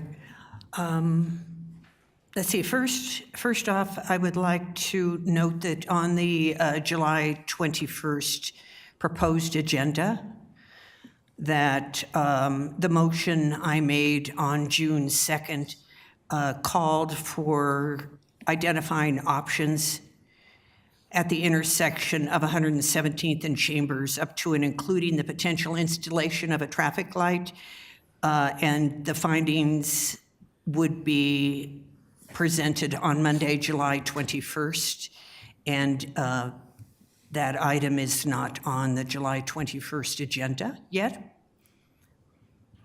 And next, given all the activity over the past 4 days when it came to fireworks and so forth, and then additional concerns about crime in Commerce City, I was looking for reports on the Commerce City Police Department, and the last annual report that we received, or is at least posted on the website, is 2020. And so I would like to make a motion for the Commerce City Police Department to make a presentation on crime in Commerce City by the middle of September at a city council meeting so that all residents can hear it. And not those who only, a lot of people don't listen to study sessions because they're not marketed. City Manager Rogers? Thank you, Mayor. I was advised of this upon my return, and I actually think it's a very fair request for us to share that information and make that presentation. We have actually done that prior to my time in the city manager's office, as I remember. Obviously, we had some deficiencies and some lack of access to information over the last couple of years, so that was put on a hiatus. But I think as we're getting closer to new technological improvements for PD, plus our accreditation as part of CALIA requires us to do an annual report and presentation. So I think, we'll have some, quarterly data up through the third quarter that we'll be able to share with you all about where we stand with criminality and other aspects within the purview of public safety. So I think the middle of September is a perfect time, and the dates that we have in September for your awareness as a regular meeting would be, we have only one, which would be September 15th. Excuse me, yeah, September 15th. Is that a regular meeting or a study session? That would be a regular meeting, ma'am. Okay, perfect then. Great, and could they also include a explanation of clearance rates? There is crime statistics that you can find on the State of Colorado website for Commerce City. And it also shows clearance rates for the various crimes. Breaks it down by race, gender, so forth, types of crime, but also clearance rates. And it did, when I researched further, it noted that clearance rates can vary depending upon how a city compiles their clearance rates. But the numbers were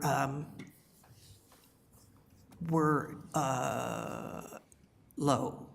So it would be important for us to understand how Commerce City Police Department calculates its clearance rates for these crimes, and that would be that they actually found someone and charged them with a crime.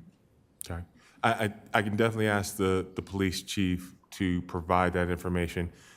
Given if he starts working on it now with our crime analyst, which is more of a manual labor activity to data mine, it should give us some format to prepare so that it's not a heavy, hopefully it's not a heavy lift, but I will ask that question of the chief, and we will prepare for that as well when coming back in September.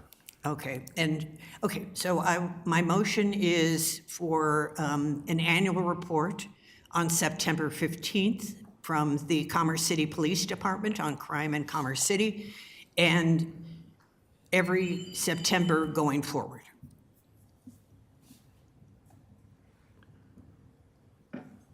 I'll second that. Thank you, Mayor.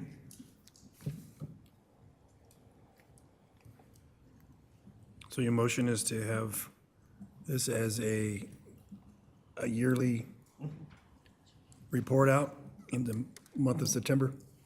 Okay.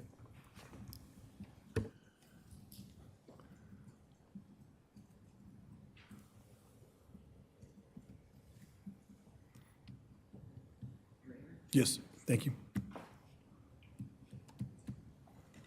Your vote is open.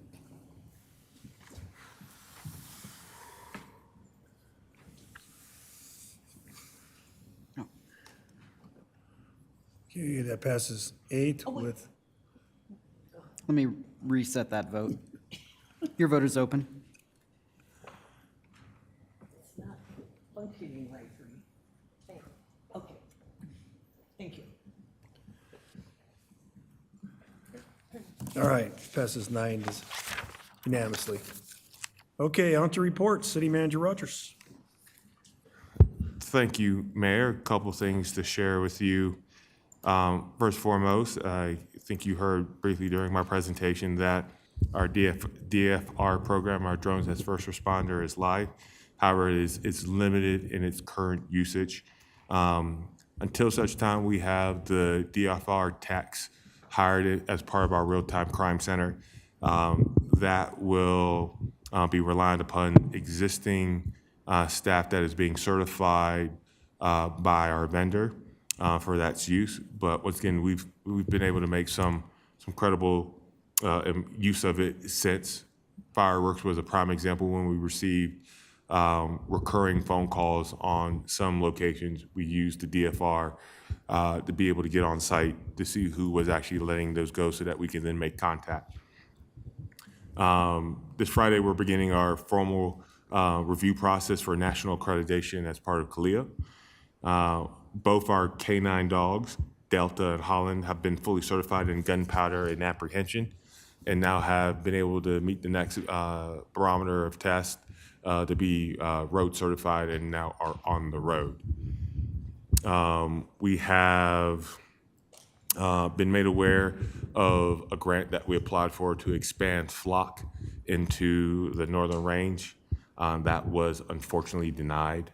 However, we're going to continue to look at applying for other grants to look at expanding flock north of 88th Avenue as we continue to move forward. In economic development, they attended what's been called the Dream Team Realtel Brokers Meeting in downtown Denver last week, which afforded our staff the opportunity to present realtors and brokers with opportunities in Commerce City while also connecting them on how to look at our city as additional investment opportunities. This coming Thursday, we have our third Music in the Park concert featuring Hot Lunch, which is in coordination with our Cultural Council as well as PRG. That will be at the River Run Park from 6:30 to 8:30. We will have entertainment, free food for attendees, similar to what we had, as well as informational booths and various local organizations. Our community well-being hosted a healthcare-focused resource fair in collaboration with Empowerment Apartments, Support Services and Smiles, which gathered healthcare providers, mental health resources, benefit enrollment, assistance, victim services, and more. We had 32 members of our community join us. We're currently working through our process. You all approved this in the budget last year of upgrading the AV for the council chambers. We're working towards getting a bid package pulled together so that that could hit the street sometime this quarter or at the latest in Q3. There will be a discussion I will want to bring forward to you all about council chambers and whether or not with the AV refresh, is there anything else that we should be refreshing and or configuration to be more inviting to residents in formats that obviously would love to get your feedback, given that this is a space that you all operate mostly within during a regular and study session agenda. So we'll have that conversation with you appropriately and accordingly in the coming months. And that is my and last but not least, even though he's not with us anymore, and I don't mean it in that sense or way, Mr. Tony Hamarillo, our PRG, or used to be our PRG Capital Projects Manager, retired last Friday. He had been with the city for 35 years. So congratulations, Tony, on a well-deserved retirement. We will miss your effect because he brought on a number of different park projects during his time, both in the core city and the Northern Range, and his project management skills and focus will be sorely missed. Thank you.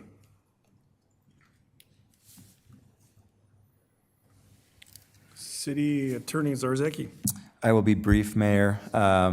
Please, each of you if you haven't had an opportunity to do so, have a look in your inbox.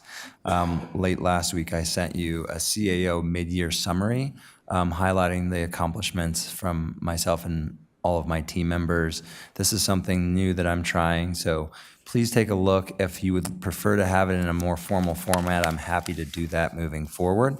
But I'm thinking moving forward, I'd like to do this every summer and then have a more formalized memorandum at the end of the year that clarifies what my office has been doing. I also sent the CAO litigation report for your review. And finally, one item, I saw many of you at the CML conference 2 weeks ago. It was a great conference. There were a couple of specific things that came out of that that I want to let you know my office is working on. In particular, I sat in on a presentation from the town of Windsor talking about their document retention policy. I've met with the city clerk last week, and we are now reviewing the city's document retention policy, and we will likely be coming forward to council in the future on a proposed revision to what we've currently have adopted. That is it. Thank you. Thank you. Any other council members wish to make a report? Oh, Mayor Pro Tem Noble has a question. City Manager Rogers, do you have an update on the traffic light at Heartland and Chambers? The traffic light at Heartland and Chambers is currently going through the design process. We're looking at whether or not we can design the traffic signal to be a permanent fixture that would not require it to be pulled out when we actually widen Chambers Road through that portion. We hope to have some cost estimates to share with you all on the July 21st date, and I appreciate you catching that. That was not on the date yet, but we will make sure to get that in the system so that's reflected. Okay, yeah, well, that was 117th. Thank you very much. All right, then I'll just go with my council report. While I have the microphone. Well, No? yeah, go ahead. You have a question question? See, another question? Councilmember Kim has a question. So in addition to what Mayor Pro Tem said, my question is, Mr. Rogers, is regarding the potential traffic light in front of King Soopers on Chambers Road as well. In addition to that, where is the team with regards to the final design review for the Chambers widening? The last update that we have, which is from the middle of June, is that the vendor that has been selected to do the construction of that temporary improvement or temporary wire span traffic signal has begun some initial site prep work with the utilities and so forth. We are still waiting on the actual mast arms and other equipment that would be necessary to suspend those wires to come in. When we were in conversation with that vendor in the middle of June, they estimated it would be 6 to 8 weeks on the fast side of things of being able to get that. I would have to circle back to see where we're at within that 6 to 8 weeks and whether that's still targeted for delivery. Thank you. Councilmember Douglas, do you have a question for City Manager Rogers? Yes, actually, I do, and I probably should have brought this up in administrative business, but is there any possibility that we could use the drones to kind of search out where fireworks are being shot off, especially late at night? Thank you for that question, ma'am. I did make quick mention during my report out that we did on the 4th use the drones in 1 or 2 instances to respond to reoccurring calls to see how and who and where that we're using that so that we could then direct police to be able to make contact. I would say, once again, that's also going to be very dependent upon the availability of those who have been trained and certified to use the drone and whether or not they are on schedule during that period of when that call comes in. But I would say as we continue to grow the drone program in our real-time crime center, we'll probably see a more expansive use of that when it comes to these type of issues. I was just thinking about in the next couple of weeks when people are still finding a thrill in shooting them off and they're doing it really late at night. And that's, I mean, I heard them go off in our neighborhood at 1 o'clock the other morning, but when you've got to go to work the next day and you only get a couple hours sleep, if there's any possibility just for the next week or so, just to kind of curtail it. But if it's not possible, I understand. But if it is. At a minimum, what I could do, ma'am, is at least have a conversation based on this discussion and, take under advisement what the chief can and cannot do with what he has scheduled for his various patrols and training, and those who are trained to use. Councilmember Dukes, do you have a question for City Manager Rogers? I do. City Manager Rogers, thank you for the update. Just going back to the King Soopers light, or to cross from the Everbrook. Is this, I guess my question, is it typical to take this long with the manufacturer? Is that the challenge, or what's the, it seems like it's taking longer than expected. Is that just the manufacturer? What's the heart of that? And I have one more question after that. Yes, I think there's a number of different variables that can be at play. One is manufacturing of various equipment, mast arms and things, given that we're not dealing with a traditional traffic signal, we're dealing with a temporary condition. Plus, we're having to design it to be able to deal with wind and snow load, so it may not necessarily, given the width of that intersection. So there's some of that comes into calculation. I don't want to fully say, but there are other external impacts that we're feeling based on this new environment that's also causing a shortfall of equipment and materials to be made in support of that. And that, I think that just comes back to tariffs on materials that we're relying upon. Is it a huge thing? I can't tell you with any certainty, but it has definitely played into a delivery model issue that we're seeing just not with traffic signal, mast arms and lighting equipment and wires. Do you anticipate us needed to build that into a timelines moving forward? I would say when we've done some of the temporary traffic signals, one that comes to mind, while necessary and needed, right, we utilize some different equipment that may not have been MUTCD advised.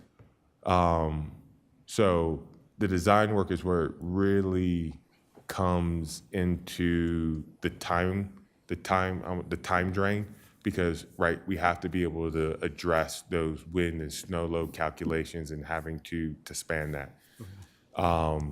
So, when this first came up to now, we spent a significant amount of time, in sending you all some emails back in August that, right, we had hoped that second quarter, if all things aligned with the design work based on that, plus being able to order materials. And it just happens to be that, right, we're not the only ones looking for these same materials throughout the country. Okay. Thank you. My second question is about just the wayfinding signs. It kind of dovetails into both. Is that the same? I know we approved wayfinding signs across the city. I know is there an anticipated update for that, and just generally where we're at with that? I do remember this question coming up, and I can't remember if I provided the council with a wayfinding status, but it's my understanding that the wayfinding signage, it may have been in one of my report outs a couple months ago, is that the design work is still trending forward. It has been budgeted for, but the fabrication of those signs and then ultimate installation, once we have approval for all pending locations, some of which will be in CDOT right-of-way, which we're still working through, would occur the end of Q3, the beginning of Q4, for that work to begin and to be installed. Okay. Thank you. I was going to note those polls could take anywhere from 6 to 18 months. We've been fortunate enough with the traffic signal poles, to what you said, Mayor, that we've been closer to the 6 months. So it's not unheard of that it can go longer depending on which vendor and their access to those materials. Like I said, we are living in a very different environment now, in which there are external impacts to those resources being able to be delivered and provided. So, I think the key takeaway is we're not experiencing any delays to which that the project can't move forward.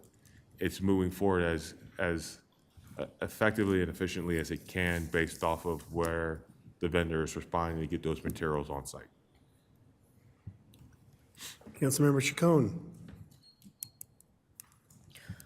Forgive me, I didn't mention council reports earlier. I just was looking at my calendar. This week, I'm going to be going to Local Progress in Chicago, starting from Wednesday until Sunday.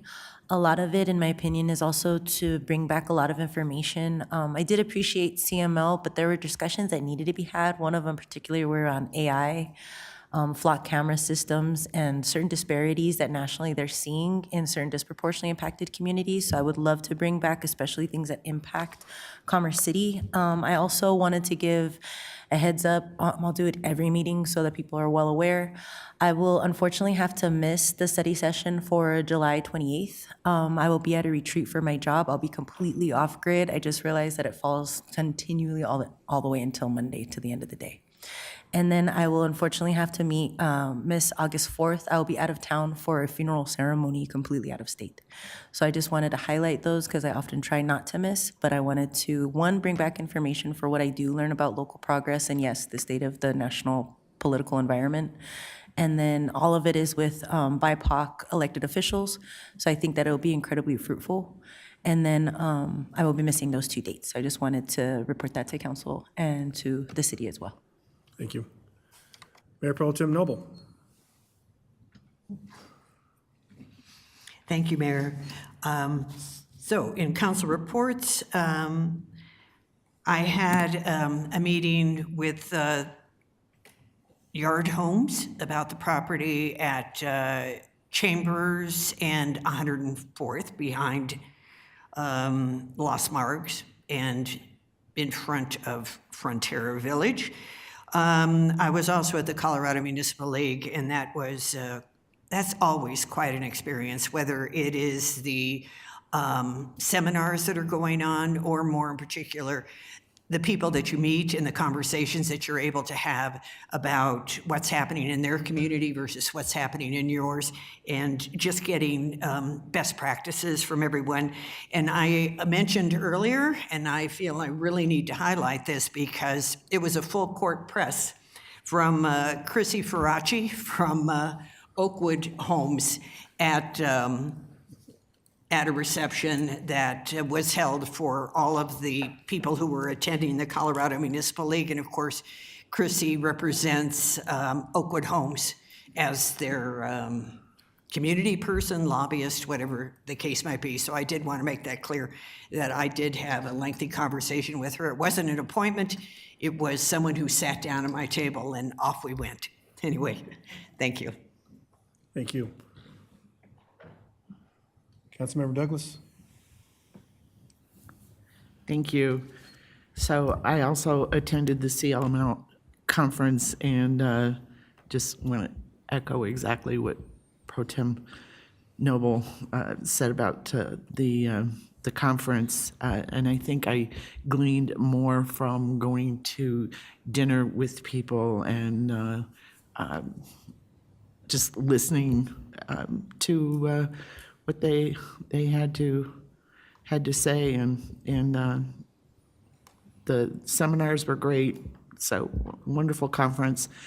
I will be meeting with Chrissy Faraci as well. She cornered me and I agreed to meet with her, so I will be meeting with her in the upcoming weeks, and it will be by appointment. So just to give a heads up to everyone on that. I was going to give a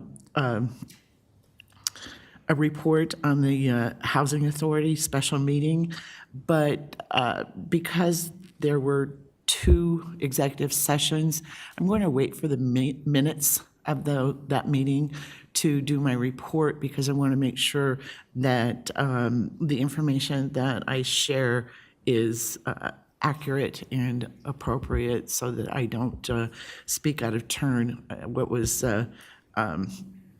said in the executive session. So I will be bringing that forward. Went to the 4th of July celebration at Dick's Sporting Goods Park, and it was phenomenal. The firework display, and I mean, even though our team lost, they only lost by 1 goal, so that wasn't too bad of a loss. But the fireworks display that was put on was just incredible, and I want to commend both the city and Cronky organization for putting that on. I guess it's KSE. So, and congratulations to Tony for 35 years of loyal service. Thank you for spending your career for Commerce City. And I guess that's it for right now. Thank you. Councilmember Teeter. Yes, this is, the CML was probably one of the better CMLs as far as learning things for me anyway, that all the ones I've been to, and a number of different subjects was brought up. But the only one I noticed that was in that class was Sean Poe put on, was Susan was there, but they passed out booklets on there that I got permission from him to forward those, okay, you got one too. To forward that on to the rest of council. That's pretty informative information in there as far as traffic signals and when your warrants for this and that and the other. One of the other classes on nuclear energy. I was impressed with that one also, but I'll believe it when I see it. But they had some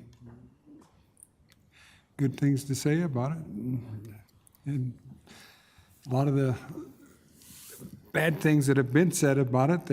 Have never been any deaths in the U.S. from our nuclear energy. Zero. It's got a good record. It's clean energy. But anyway, that's all I got. Thank you. Councilmember Kim. Thank you, Mayor. Since our last meeting we had on June 23rd, just want to let everybody know that I did attend the DEI committee meeting, attend the Music in the Park at Frontera Park. Obviously, what Mr. Rogers had mentioned, the next one will be at River Run Park on this Thursday, July 10th. Attended the virtual meeting with the Veterans Commission. To note, the commission will be reaching out to the VFW that was broken into a few months back to see what the commission can do to assist and support them, kind of explore different opportunities there. Met with Yard Homes, the property is generally located on the east side of Chambers Road, just south of 104th Avenue. As others, attended the 4th of July celebration at Dick's Sporting Good Park. Additionally, using the discretionary funds allotted for each council member per CP19, I signed up for the next Adams 14 Education Foundation leadership class that will begin in September. That's going to run once a month. The objective of the course is to demonstrate increased knowledge of local governance, institutions, and public policy processes, identify major social, economic, and civic challenges facing Commerce City, applying leadership principles to real-world community contexts, building collaborative networks with peers and civic leaders, explore opportunities for board services, volunteerism, and civic engagement. If anybody else wants to attend, applications are being accepted now and are due by August 8th and can be found at adams14foundation.org. That is all. Thank you. Councilmember Dukes. Thank you. So I was also a part of the CML conference. And just to highlight some of the sessions that we all had the opportunity to participate in, we talked about growing participation in the arts, which was a great session as we think about our Derby area, as well as like what they do across in Breckenridge and Steamboat, and how arts can actually be a way to revitalize certain different parts of the city. Looking at addressing mental housing, which was a great session. There's one about consequence of organized crime, retail crime. I wasn't able to attend that firsthand, but I was able to sit and talk with the presenters about how big of an issue retail crime really is and how organized it is across the nation. And so I note that because I know a lot of our residents know and see crime within some of our retail stores. And this is a larger issue that's going to be addressed at the state level, but also there's a lot of cities dealing with this. Fascinating conversation around what's next for federal and state support. I was actually able to attend that with Mayor Pro Tem Noble, and I thought that was a great discussion around the trickle-down effect of some of the federal policies, how to look at the state policies, and ultimately how it impacts us locally. And so we'll have to really be thoughtful around our what's next, right, in terms of how do we make sure we keep our residents first and with the dollars we do have and some of the change in landscape at different levels. I was also able to participate in the EPAC commission. I was able to join virtually, and that actually dovetails into something that Mayor Pro Tem and I have been looking at in terms of zero-scaping and how do we make sure we have a communication plan.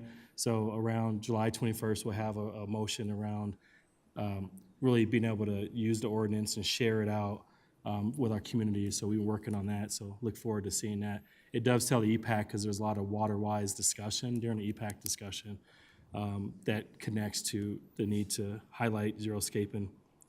As far as CML, the big piece is that I was able to meet with, like others, a number of folks across the range of city council members, mayors, so mayors from Thornton, city council members from Thornton, North Glen, Arvada, Aurora, Lakewood, Glendale, Rifle, Grand Junction, and also folks like with the HPA and other developing communities.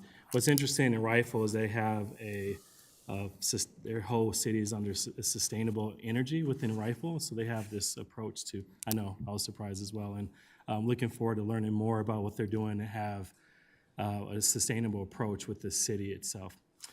Last, I want to just give a shout out. I was able to participate in our block party, our block celebration on Mobile over in Buffalo Run. Each year they throw this big 4th of July celebration, and I wanted to give a shout out to one of the residents that actually helped organize it. There's many of them, but I wanted to shout out one specifically.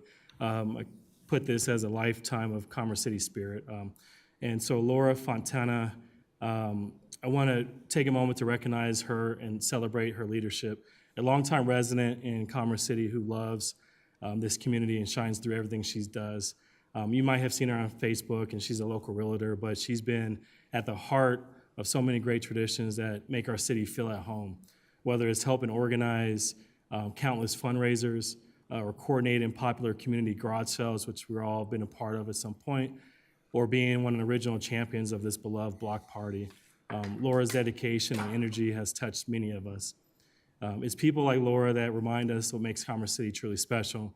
It's a place where neighbors care, they step up, and they really create a quality community for a lifetime. So I want to say thank you, Laura. Thank you for all you do to make this city a better place. So thanks. Yeah, thank you. City Manager Rogers, do you have anything? Yes, Mayor, I do have some updated information from the PW team on Chambers and 105th. So the design work was concluded. That design work identifies the design and the necessary, like I said, wind and snow loads for those poles and those wires. Once we have that design completed, that's when we put it out to bid. Because then obviously we'll have different bidders that will provide us the poles and wires based on what we believe can be budgeted and delivered within our time frame. Those bids were supposed to come back last week for the poles and the wires. We have not opened those bids because that was Thursday of last week. So I suspect we'll be opening those bids this week to review and to make our selection. Even after that selection, it's still a 10-week process before they're actually delivered to us. So that is where we are currently at with 105th and Chambers. Thank you. Is there an update too with the 104th and Tower?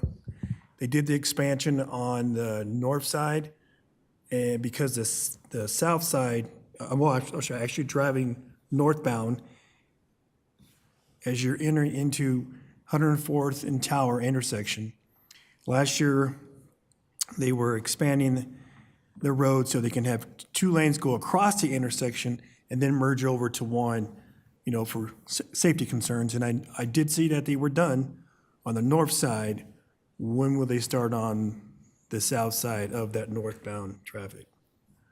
As far as restriping and all that? As far as restriping, let me get that information from Public Works Mayor.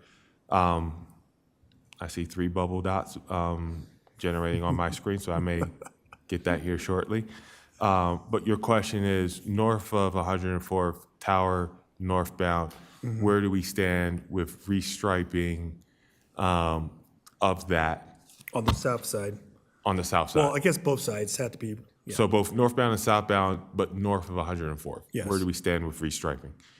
The concrete panels in that area have been completed.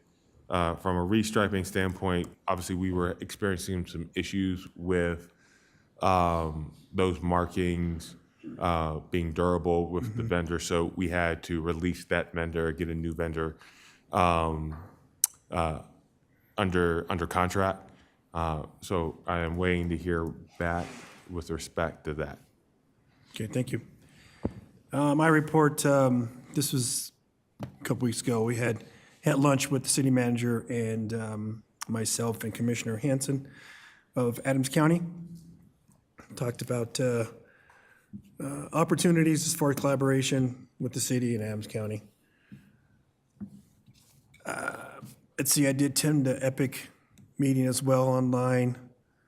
I would say having the CML meeting away from the area makes it better for participation and collaborating, and then having those side conversations. We had the pleasure of having dinner with Mark Petrovich with Waste Management, and then Republic, let me get that right.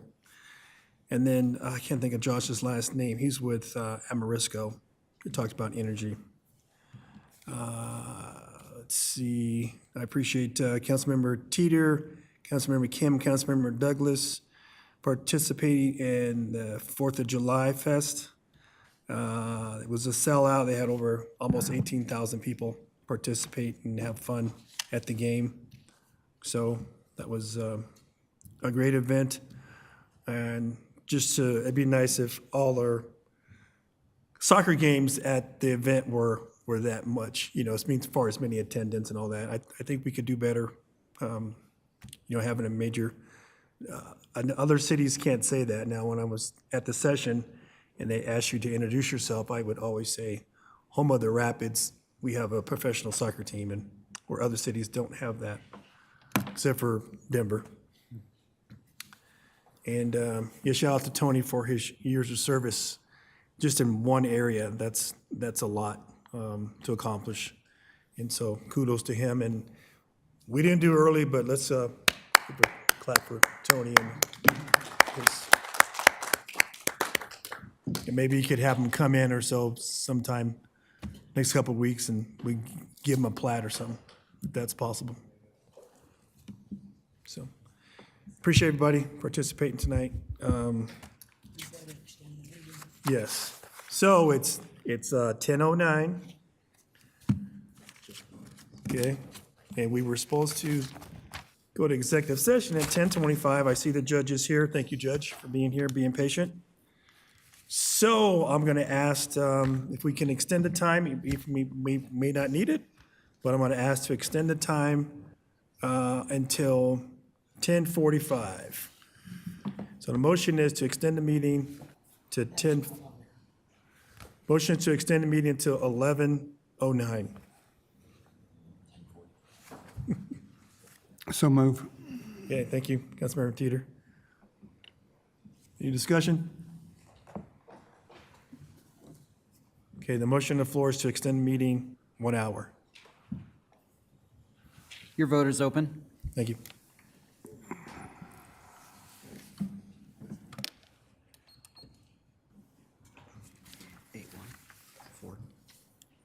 Okay, that passes with 8 and 1 no vote. All right. So, adjourn to executive session. I need a motion and a second to enter executive session to City Council pursuant to CRS 24-6-402, parentheses 4 F and I, for the purpose of discussion of personal matters, specifically discussion of the annual performance evaluation of municipal court judge. Councilmember Kim. So moved. Councilmember Teeter. Second. All right, any discussion? Motion of floor to enter executive session, City Council pursuant to CRS 24-6-402, parentheses 4 F and I, for the purpose of discussion of personal matters, specifically discussion of annual performance evaluation, municipal court judge. I will ask the clerk to take a roll call vote. Your vote is open.